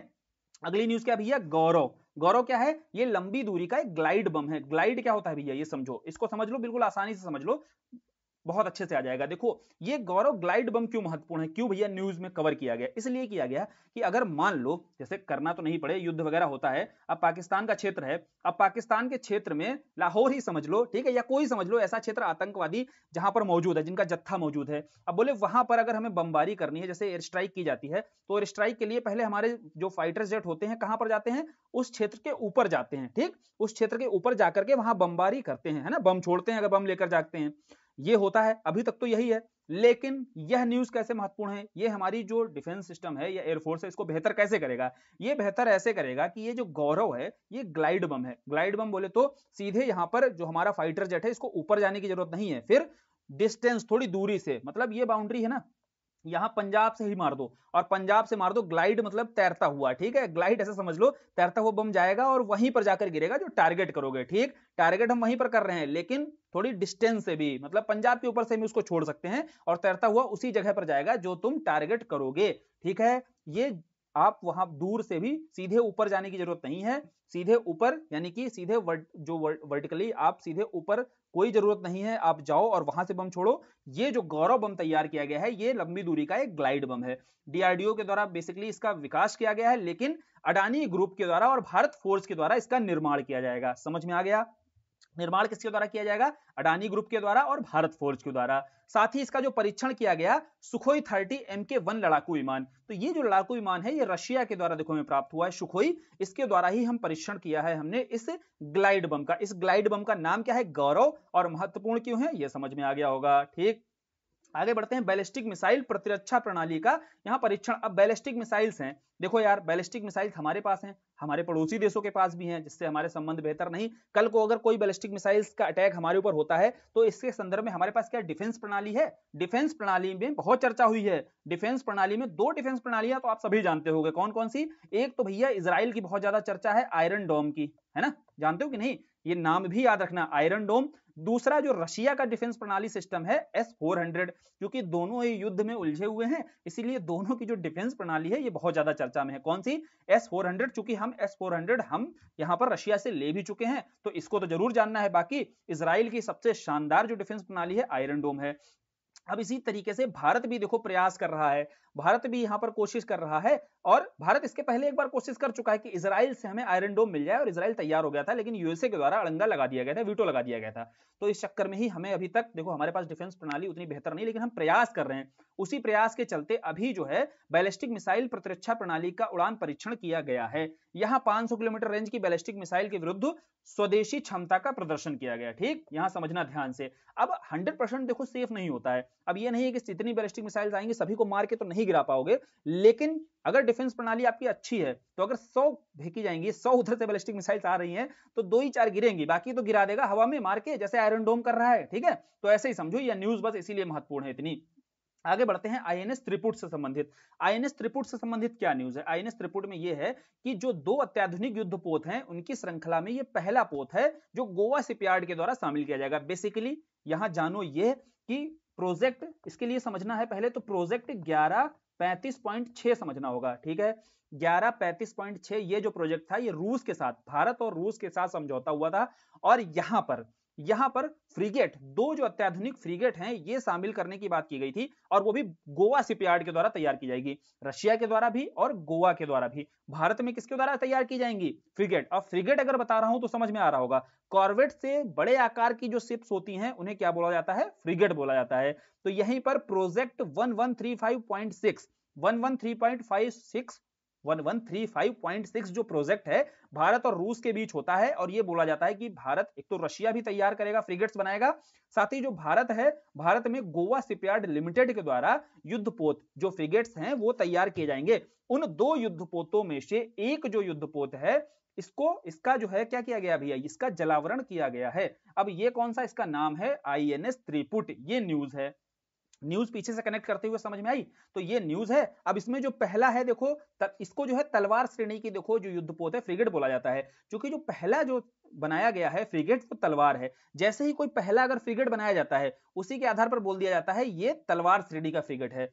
कोई जैसे प्रोजेक्ट है, अब कोई प्रोजेक्ट अगर आता है, उस प्रोजेक्ट में जो पहला आईएनएस होता है, या पहला फ्रिगेट होता है, या पहला कॉर्वेट होता है, उसके आधार पर ही आगे के जितने आएंगे उन्हें बोल दिया जाता है, या तो उसका नाम ले लो या बोला जाएगा उस श्रेणी का। तो यहां पर जो पहला फ्रिगेट प्रोजेक्ट 1135.6 के तहत जो पहला फ्रिगेट बनाया गया वो तलवार था, आईएनएस तलवार था।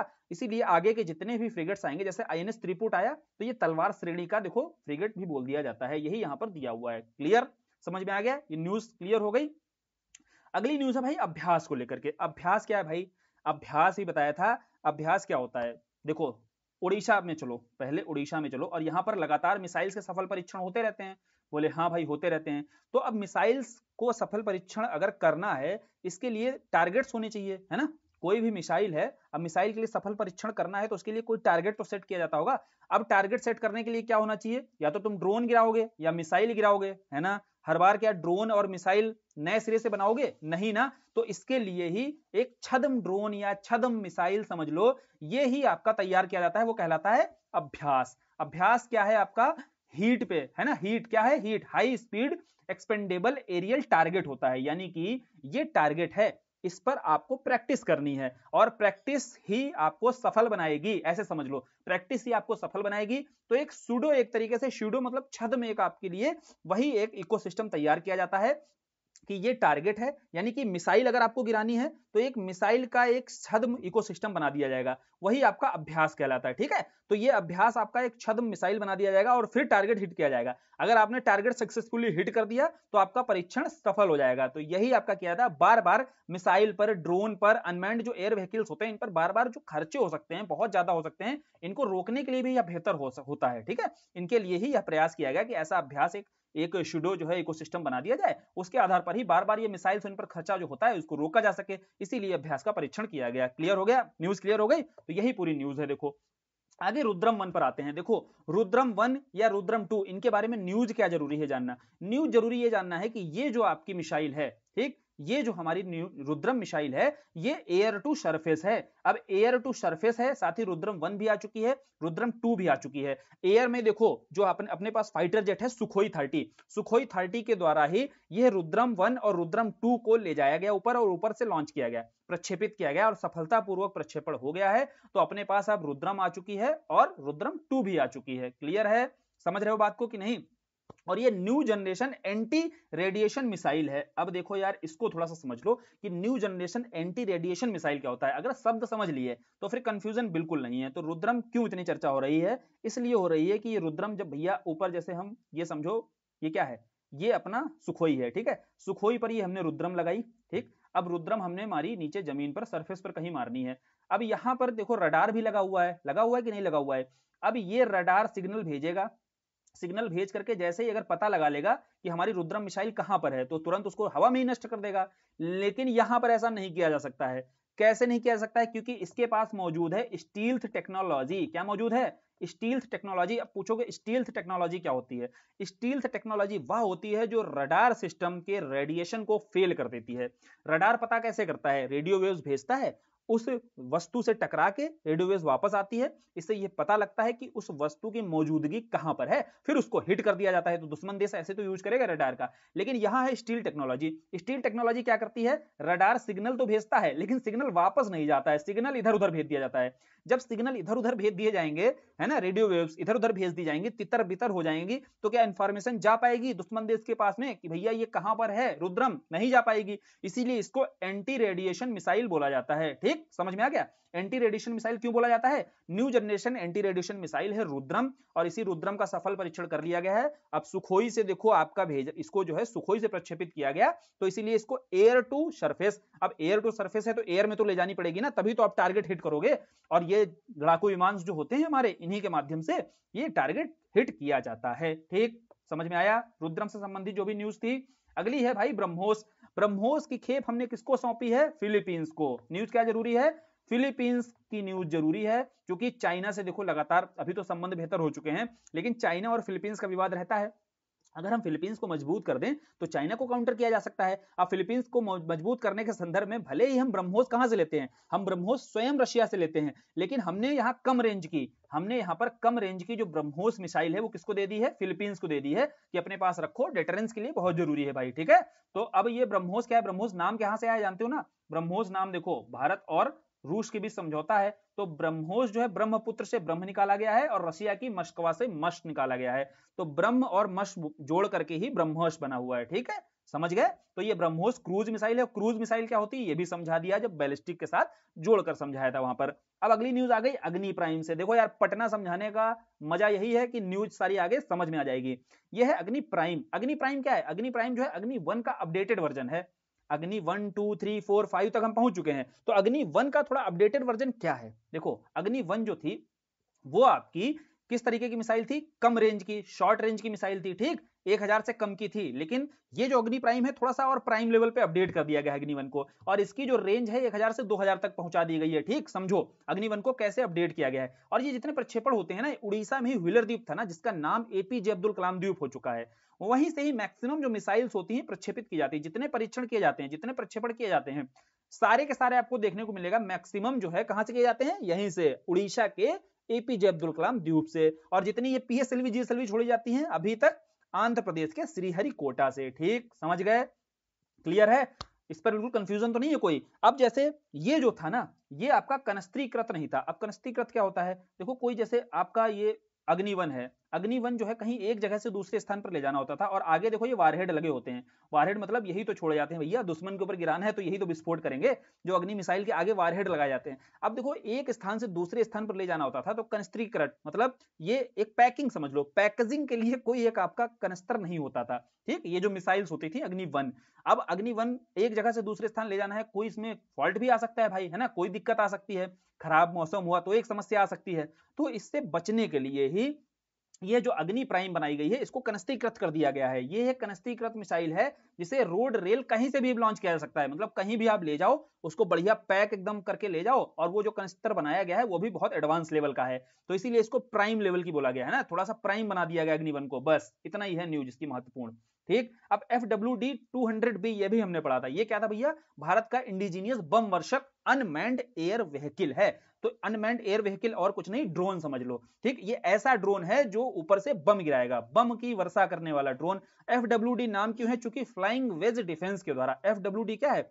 फ्लाइंग वेज डिफेंस जो कंपनी है इसके द्वारा ही यह बम का निर्माण किया गया है, ये बम बनाया गया है, ये सॉरी ड्रोन जो बनाया गया है ये FWG के द्वारा ही बनाया गया है, इसलिए FWD 200B इस बम वर्षक अनमेन्ड एयर व्हीकल का नाम है। तो ये ड्रोन क्या करेगा भैया, जिस जगह जाएगा और फिर वहां से बढ़िया एकदम बम गिराएगा। ठीक, तो बम वर्षक ड्रोन ही है, नाम याद रखियो, और नाम जो है उस कंपनी के नाम पर ही रखा गया है।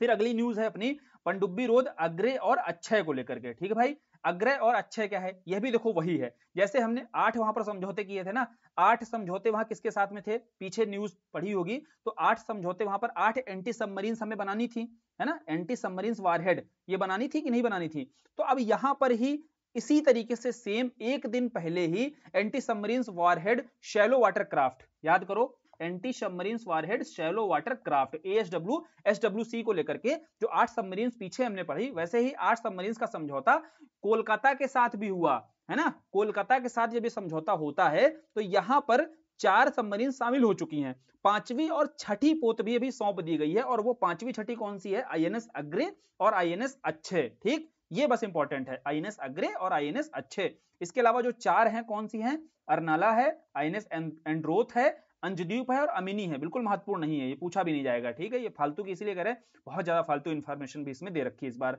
अब मिशन दिव्यास्त्र क्या है ये पूछा जा सकता है। मिशन दिव्यास्त्र बहुत आसानी समझ में आएगा, पटना समझा, अग्नि समझा, अग्नि 1 समझा, अग्नि 4 समझा, अग्नि प्राइम समझा। अब बोले थे ना अग्नि 5 आएगा अभी, तो अग्नि 5 आ गया। अग्नि 5 का ही जब परीक्षण किया गया उसी को बोला गया दिव्यास्त्र है यार, ये तो मिशन दिव्यास्त्र है, मतलब ये दिव्य अस्त्र है, ऐसा अस्त्र है जो 5000 से ज्यादा किलोमीटर की रेंज पर मारेगा, है ना। साथ ही साथ इसमें कौन सी टेक्नोलॉजी यूज की गई है, MIRV प्रौद्योगिकी का यूज किया गया है। ठीक है, समझो ध्यान से, MIRV क्या है, मल्टीपल इंडिपेंडेंटली टारगेटेबल जो आपका री एंट्री व्हीकल है। ठीक, तो ये MIRV जो टेक्नोलॉजी का यूज किया गया है यह भी एक तरीके से स्टील्थ टेक्नोलॉजी की तरह ही होता है, यानी कि इसको जो आप एंटी रेडिएशन की तरह ही समझ सकते हो इस टेक्नोलॉजी को। ठीक, तो ये अग्नि 5 है, और अग्नि 5 क्या है, अग्नि 5 की जो रेंज होती है बैलिस्टिक मिसाइल है।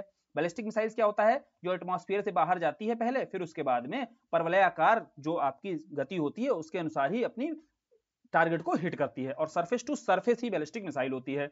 रेंज भैया इसकी 5000 से प्लस, यानी कि 5 नाम ही रखा गया है कि 5000 से प्लस रहेगी। चाइना तो बोलता है भैया 6000 तक है, भारत ही 5000 बताता है। साथ ही MIRV टेक्नोलॉजी का यूज किया गया है, इसी कारण से इसको मिशन दिव्यास्त्र या दिव्यास्त्र भी बोला जाता है। क्लियर हो गया, समझ में आ गया, आगे बढ़े। बोला था ना न्यूज बहुत जल्दी आसानी समझ में आएगी, है ना, जब पीछे जो हमने चीजें समझ ली हैं। फिर है भाई मेड इन इंडिया जो ASTDS टग है, ये भी हमने पढ़ लिया है घटनासार में। जो ASTDS टग है ओशन ग्रेस, ये होता क्या है, बेसिकली जो छोटी छोटी नौकाएं होती हैं, 4 तो हमने देख लिए शिप्स, कौन से 4, कॉर्वेट, फ्रीगेट, याद हो गया, रट लेना एकदम, न्यूज है सारी, कॉर्वेट, फ्रीगेट, डिस्ट्रॉयर और एयरक्राफ्ट कैरियर, जो सबसे बड़े बड़े होते हैं कैरियर, 2 ही कैरियर हैं अपने पास, अभी तीसरे पर बात चल रही है। अब जो ASTDS टग है ओशन ग्रेस, ये छोटी छोटी नौकाएं होती हैं। देखो बहुत सारे शिप्स हैं, जब तट के कोस्टल किनारे आते हैं तो उथला हो जाता है, थोड़ा सागर जो होता है किनारे जैसे ही आएगा वैसे उथला हो जाता है। अब भारी भारी शिप होते हैं, उथले सागर में आते ही इनको एक जगह से दूसरे स्थान पर जाना बड़ा मुश्किल हो जाता है, मूवमेंट थोड़ा सा कठिन हो जाता है। ये कठिन ना हो इसीलिए छोटी छोटी नौकाएं वहां मौजूद रहती हैं, चारों ओर से बढ़िया खींच के इसको किनारे तक लाती हैं शिप को। यही काम किया जाता है ओशन किसके द्वारा, इसी ओशन ग्रेस के द्वारा। ठीक है, तो ये ASDS टग, उसी को टग बोला जाता है, क्या बोला जाता है, टग बोला जाता है। छोटी छोटी नौकाओं को काम क्या करती हैं समझ में आ गया होगा। तो यही जो ओशन टग होती हैं, ओशन ग्रेस या टग होती हैं, इनको लेकर के आगे न्यूज और है कि एक ग्रीन टग ट्रांजिशन प्रोग्राम चलाया जा रहा है। ग्रीन टग ट्रांजिशन प्रोग्राम क्या है कि ये जो नौकाएं हैं छोटी छोटी, इनमें जो ईंधन यूज हो रहा है, इनको 2030 तक कोशिश करना है कि 50% ये ग्रीन ईंधन का यूज करें, तो ग्रीन टग हो जाएंगी। भैया टग जो है जैसे ग्रीन एनर्जी का, ग्रीन ईंधन का, ग्रीन फ्यूल का यूज करेंगी, वैसे ही वो ग्रीन टग हो जाएंगी। यही ग्रीन टग ट्रांजिशन प्रोग्राम है कि इनको टग्स को सारी की सारी ग्रीन टग में बदल देना है। ठीक, समझ में आया, न्यूज समझ में आ गई। आगे KG परियोजना क्या है, के का मतलब है भैया कृष्णा, जी का मतलब है गोदावरी। कृष्णा गोदावरी बेसिन से संबंधित ये न्यूज है। बेसिकली न्यूज ये है कि कृष्णा गोदावरी का जो बेसिन है, यहां पर देखो नेचुरल गैस और ऑयल है ना, जो क्रूड ऑयल है जो हम इंपोर्ट करते हैं, इसके भी रिसोर्सेज बहुत ज्यादा हैं। बड़े पैमाने पर यहाँ जो कृष्णा गोदावरी का बेसिन का क्षेत्र है, यहाँ अपने पास नेचुरल गैसेस और क्रूड ऑयल सब कुछ मौजूद है। फिर करना क्या है, करना यह है कि यहाँ पर प्रॉपर तरीके से क्रूड ऑयल निकालने की जरूरत है। अब निकलेगा कैसे भैया? निकालने के लिए पहले यहाँ पर प्रॉपर एक सेटअप पूरा किया गया है और उस सेटअप के चलते ही यहाँ कच्चे तेल का उत्पादन किया गया, ये न्यूज है। अब इससे इंपोर्ट भी हमारा कम होगा होगा ना, हम बड़े पैमाने पर क्रूड ऑयल का इंपोर्ट करते हैं, हम इंपोर्ट भी कम कर सकते हैं। और इस क्रूड ऑयल का नाम क्या रखा गया है? KG 98/2। KG मतलब है कृष्णा गोदावरी, और कृष्णा गोदावरी 98.2 ये नाम रखा गया है इसका। और ये इंपोर्ट देखो ये कहां भेजा गया है, यह भी दिया हुआ है, जो मंगलुरु की रिफाइनरी है वहां पर भेजा गया है। बेसिकली इसके लिए जो यूज किया गया पोत है वो है स्वर्ण सिंधु। तो नाम याद रख सकते हो, कृष्णा गोदावरी है और इसी पोत का नाम भी एक नदी के नाम पर ही सिंधु। क्या नाम है? स्वर्ण सिंधु। जो पोत है स्वर्ण सिंधु है, जिसके द्वारा इस क्रूड ऑयल को इस रिफाइनरी तक भेजा गया है। ये न्यूज है अपने लिए। और जो जो महत्वपूर्ण है, इसका नाम क्या है? KG 98/2 इसका नाम है। वी शोराट्स क्या है? देखो वी शोराट्स, बस इसका नाम फुल फॉर्म समझ लोगे, बहुत आसानी से याद हो जाएगा। DRDO के द्वारा देखो इसका सफलतापूर्वक परीक्षण कर लिया गया है। वेरी शॉर्ट रेंज जो एयर डिफेंस सिस्टम होता है वही है। एयर डिफेंस सिस्टम वही एयर में जो मिसाइल से अटैक होता है तो उसको खत्म करना है, एयर में ही, मतलब हवा में ही टारगेट को खत्म कर देना है। तो ये अपना डिफेंस सिस्टम है, air defence system. Very short range मतलब बहुत कम दूरी पर ही ये टारगेट करेगा। एडवांस लेवल का भी हमारे पास मौजूद नहीं है, इसलिए हम प्रोजेक्ट अल्फा 75 चला रहे हैं, या फिर हम लगातार देखो प्रयास भी कर रहे हैं। 2 अपने पास आ चुके हैं, इस संदर्भ में हमने पीछे पढ़ लिया है। और जो वी शॉट्स है इसको इतने, ये समझो शॉर्ट रेंज का है, इसको मैन पैड्स भी बोला जाता है। मैन पैड क्या है? Man portable air defence system. ये क्या होता है? Man portable air defence system का मतलब यह है कि मनुष्य अपने कंधे पर इस एयर डिफेंस सिस्टम को लेकर घूम सकता है और हवा में ही जो मिसाइल से टारगेट किया जा रहा है, जैसे कोई भी बम फेंका, ये कोई भी मिसाइल छोड़ी जा रही है शॉर्ट रेंज की, उसको क्या है, मनुष्य कंधे पर ही रख करके उसको हवा में डिस्ट्रॉय कर सकता है टारगेट को। जैसे तुमने कहां देखा होगा, जैसे सलमान खान को देखा होगा मूवी में, वो कंधे पर अपने रख करके इसी एयर डिफेंस सिस्टम को लेकर घूमता है और क्या करता है, हवा में ही टारगेट को खत्म कर देता है। ठीक है, तो यही मैन पैड है। और वी शॉर्ट्स जो बोलते हैं उसको, उसी को मैन पैड भी बोला जाता है। मैन पैड क्या होता है समझ में आ गया? अब आगे अगला है आगालेगा द्वीप। आगालेगा द्वीप ये भी हमने पढ़ा था। आगालेगा द्वीप कहां पे है? ये भारत है, और भारत से ही देखो इधर साइड में अफ्रीका है अपना। ठीक, ध्यान से समझना। ठीक, इन शॉर्ट समझने की कोशिश करना। भारत, और भारत के ही आप थोड़ा सा साउथ वेस्ट में चले जाओगे तो अफ्रीका है। अब अफ्रीका के ही ईस्ट में मेडागास्कर है, इसके थोड़ा सा ईस्ट में एक आइलैंड है, उसका नाम है मॉरिशस। और यहाँ ज्यादातर अपने बिहारी भाई ही मौजूद हैं। यहाँ पर मॉरिशस में मैक्सिमम बिहार के ही लोग यहाँ मौजूद हैं, क्योंकि ये औपनिवेशिक काल की कहानी है। बहुत सारे देखो मजदूर वर्ग था जो यहाँ पर पहुंचा और यहीं पर रहने लगा, फिर ये आइलैंड अपना हो गया। ठीक, 70% से ऊपर अपने यही भारतीय मूल के लोग यहाँ मौजूद हैं। अब ये मॉरिशस के ही ऊपर नॉर्थ में एक आइलैंड है जिसका नाम है आगालेगा द्वीप। इसी आगालेगा द्वीप पर ही, और ये किसका है? इसी मॉरिशस का ही है। ठीक, इसी आगालेगा द्वीप से संबंधित न्यूज है। यहाँ हवाई पट्टी और जेटी का उद्घाटन किया गया है भारत के द्वारा। बोले हवाई पट्टी क्या है? देखो ये आपका जैसे तट है, ठीक, अब इसके पास ही एक हवाई पट्टी। यहाँ क्या है, जैसे बाहर से बहुत सारे शिप्स, बहुत सारे प्लेन्स आते हैं और वहां उड़ान भरने के लिए या रुकने के लिए, स्टे करने के लिए एक हवाई पट्टी अगर रहती है तो बेहतर होता है। लंबी लंबी उड़ानें अगर भारत से कोई भी जैसे प्लेन्स भरते हैं, ठीक, तो उसके लिए क्या होता है, लंबी उड़ानें, उसके लिए बीच में स्टे करना होता है। स्टे करने के लिए अब अपने पास मॉरिशस में एयर स्ट्रिप मौजूद है, अब यहाँ से भी उड़ानें भरी जा सकती हैं, यहाँ स्टे किया जा सकता है। ये सीधा मतलब होता है एयर स्ट्रिप्स का। ठीक, क्लियर? तो अब एयर स्ट्रिप कहां बनाई गई है भैया? ये मॉरिशस के ही ऊपर अगालेगा द्वीप, अगालेगा जो आइलैंड है, यहां पर ये एयर स्ट्रिप बनाई जा रही है। साथ ही और दूसरी चीज क्या दी हुई है? जेटी। जेटी क्या होता है? जैसे ये समझो यहाँ पर ये कोस्ट है, अब कोस्ट के पास में एयर स्ट्रिप बनाई गई, इसको कनेक्ट करते हुए एक पतली सी जो जेटी, पतली सी जो कनेक्ट करते हुए लाइन, यानी कि यहाँ से कोई व्यक्ति अगर ये एयर स्ट्रिप पर पहुंचना चाहता है, कनेक्टिविटी एक डाली जाती है यहाँ तक, उसको ही जेटी बोला जाता है। एकदम पास जोड़ कर क्यों नहीं बनाया जाता है? क्योंकि लो टाइड्स, हाई टाइड्स की जो समस्या होती है ना, उन समस्याओं से बचने के लिए जेटी के माध्यम से इसको कनेक्ट किया जाता है एयर स्ट्रिप को, वही कहलाती है जेटी। तो यह कहां बनाया गया है एयर स्ट्रिप और जेटी? आगालेगा द्वीप में बनाया गया है। आगालेगा द्वीप कहां पर है? मॉरिशस में है। ये मॉरिशस का आइलैंड है। मॉरिशस कहां पर है ये हमने मैप पर देख लिया, अच्छे से समझ लिया। ठीक, अब अगला है आईएनएस संधायक। आईएनएस संधायक को भी देखो भारतीय नौसेना में शामिल कर लिया गया है।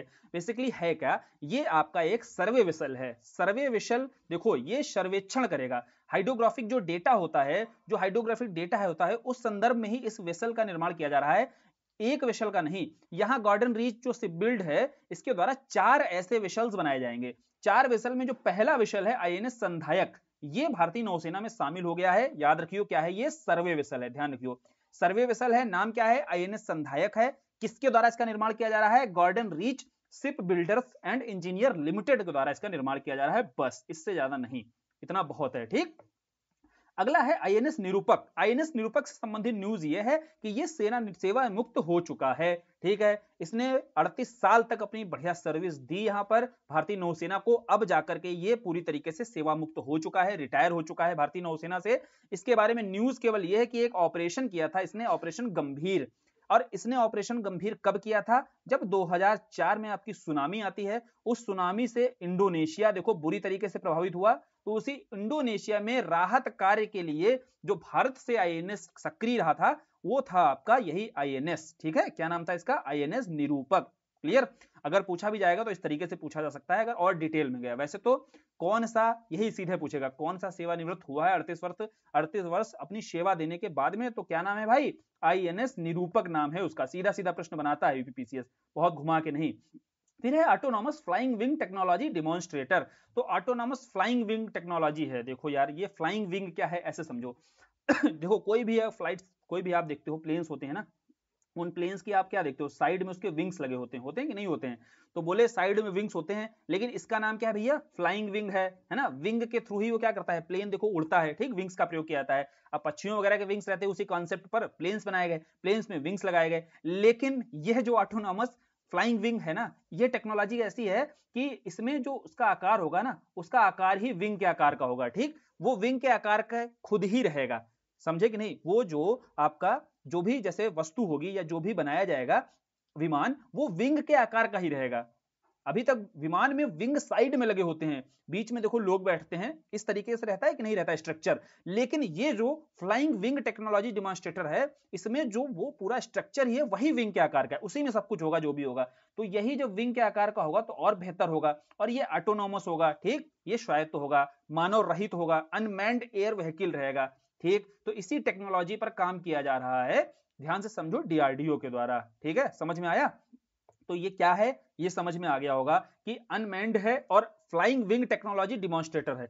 यानी कि ये जो फ्लाइंग विंग का क्या मतलब है कि फ्लाइंग विंग्स, जो विंग्स लगी होती है ना साइड में, अब विंग्स नहीं, वो खुद ही जो विमान ही रहेगा वो खुद ही विंग के आकार का रहेगा, और इसी टेक्नोलॉजी पर डीआरडीओ के द्वारा काम किया जा रहा है। ठीक, आगे बढ़े, आगे बढ़ते हैं तो आईएनएस इम्फाल पर आते हैं। हमने देखो कॉर्वेट भी देख ली, कॉर्वेट जो तैयार की जा रही हैं, शामिल की जा रही हैं। फिर हमने फ्रिगेट भी देख लिए, फ्रिगेट भी जो तैयार किए जा रहे हैं। अब बच गया था डिस्ट्रॉयर।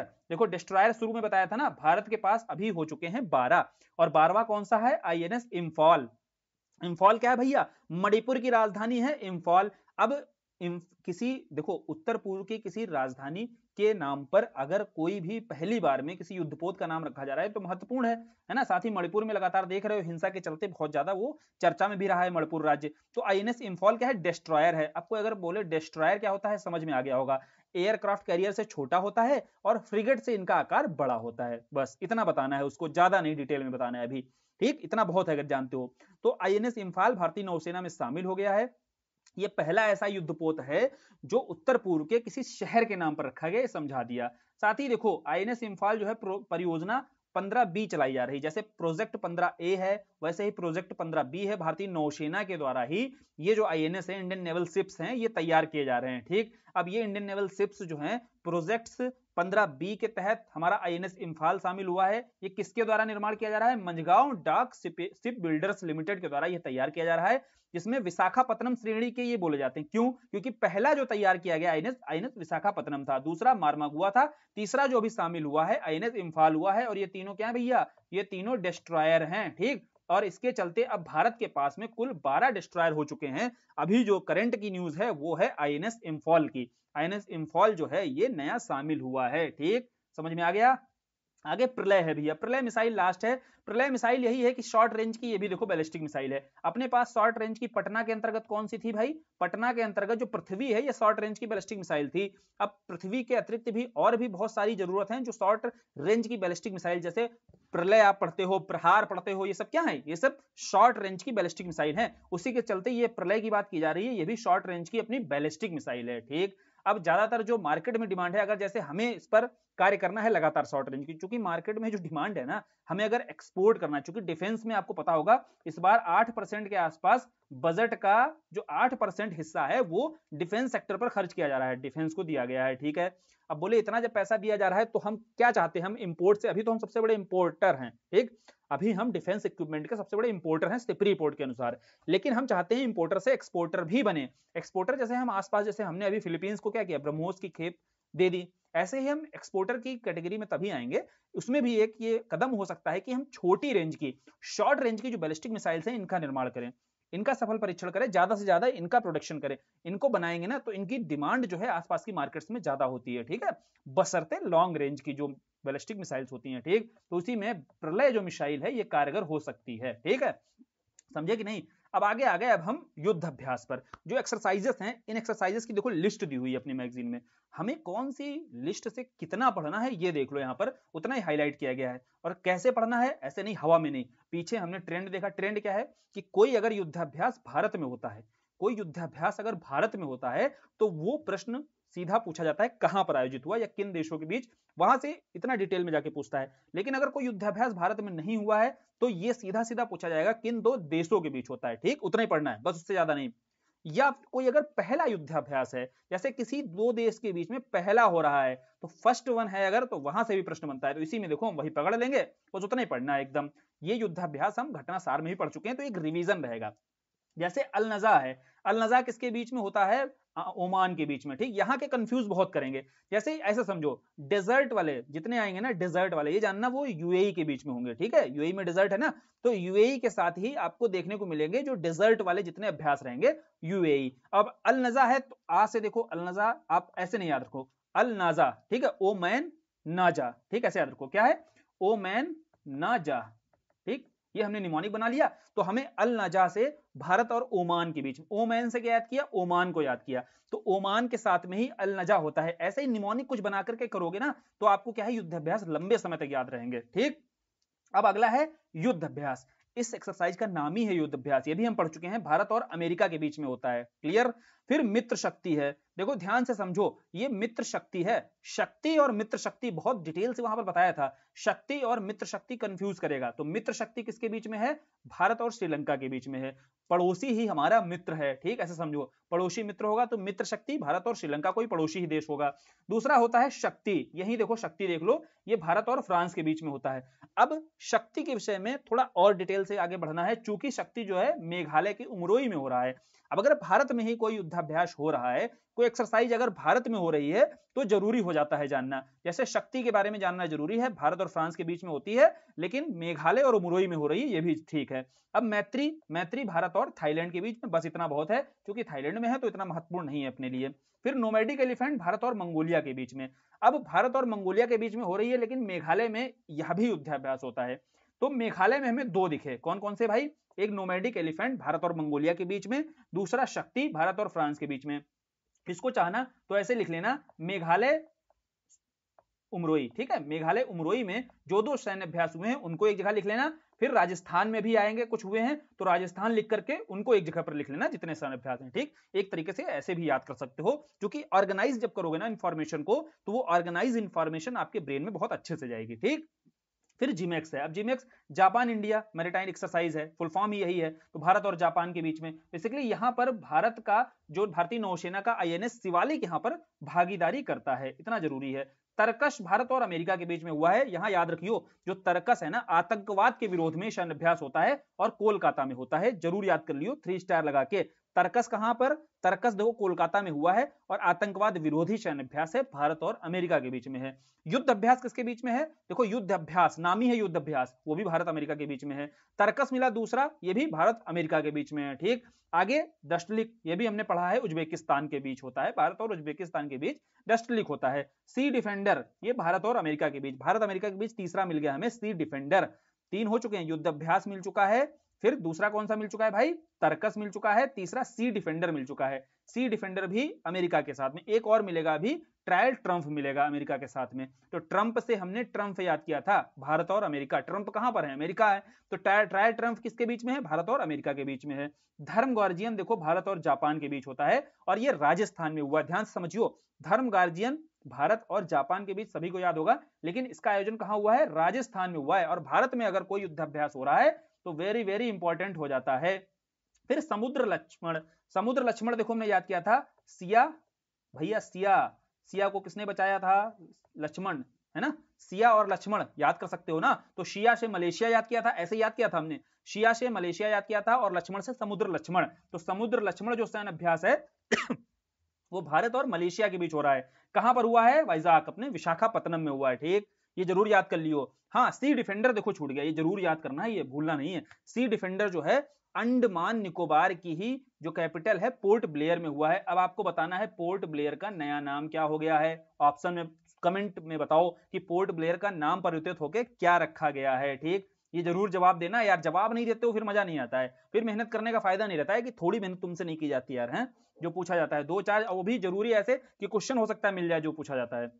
फिर कटलेस एक्सप्रेस, देखो कटलेस एक्सप्रेस बहुराष्ट्रीय मल्टीनेशनल है, एक्सरसाइज है ये, और यहां पर आईएनएस जो तीर है ये इसने भागीदारी की थी, ठीक है। फिर आते हैं, आगे बढ़ते हैं, लैमेतिये, ये भी पढ़ा था हमने, लैमेतिये भारत और सेशल्स के बीच का सैन्य अभ्यास है, बस इतना बहुत है। आईएमटी, देखो आई का मतलब है इंडिया, एम है मोजाम्बिक और टी है तंजानिया।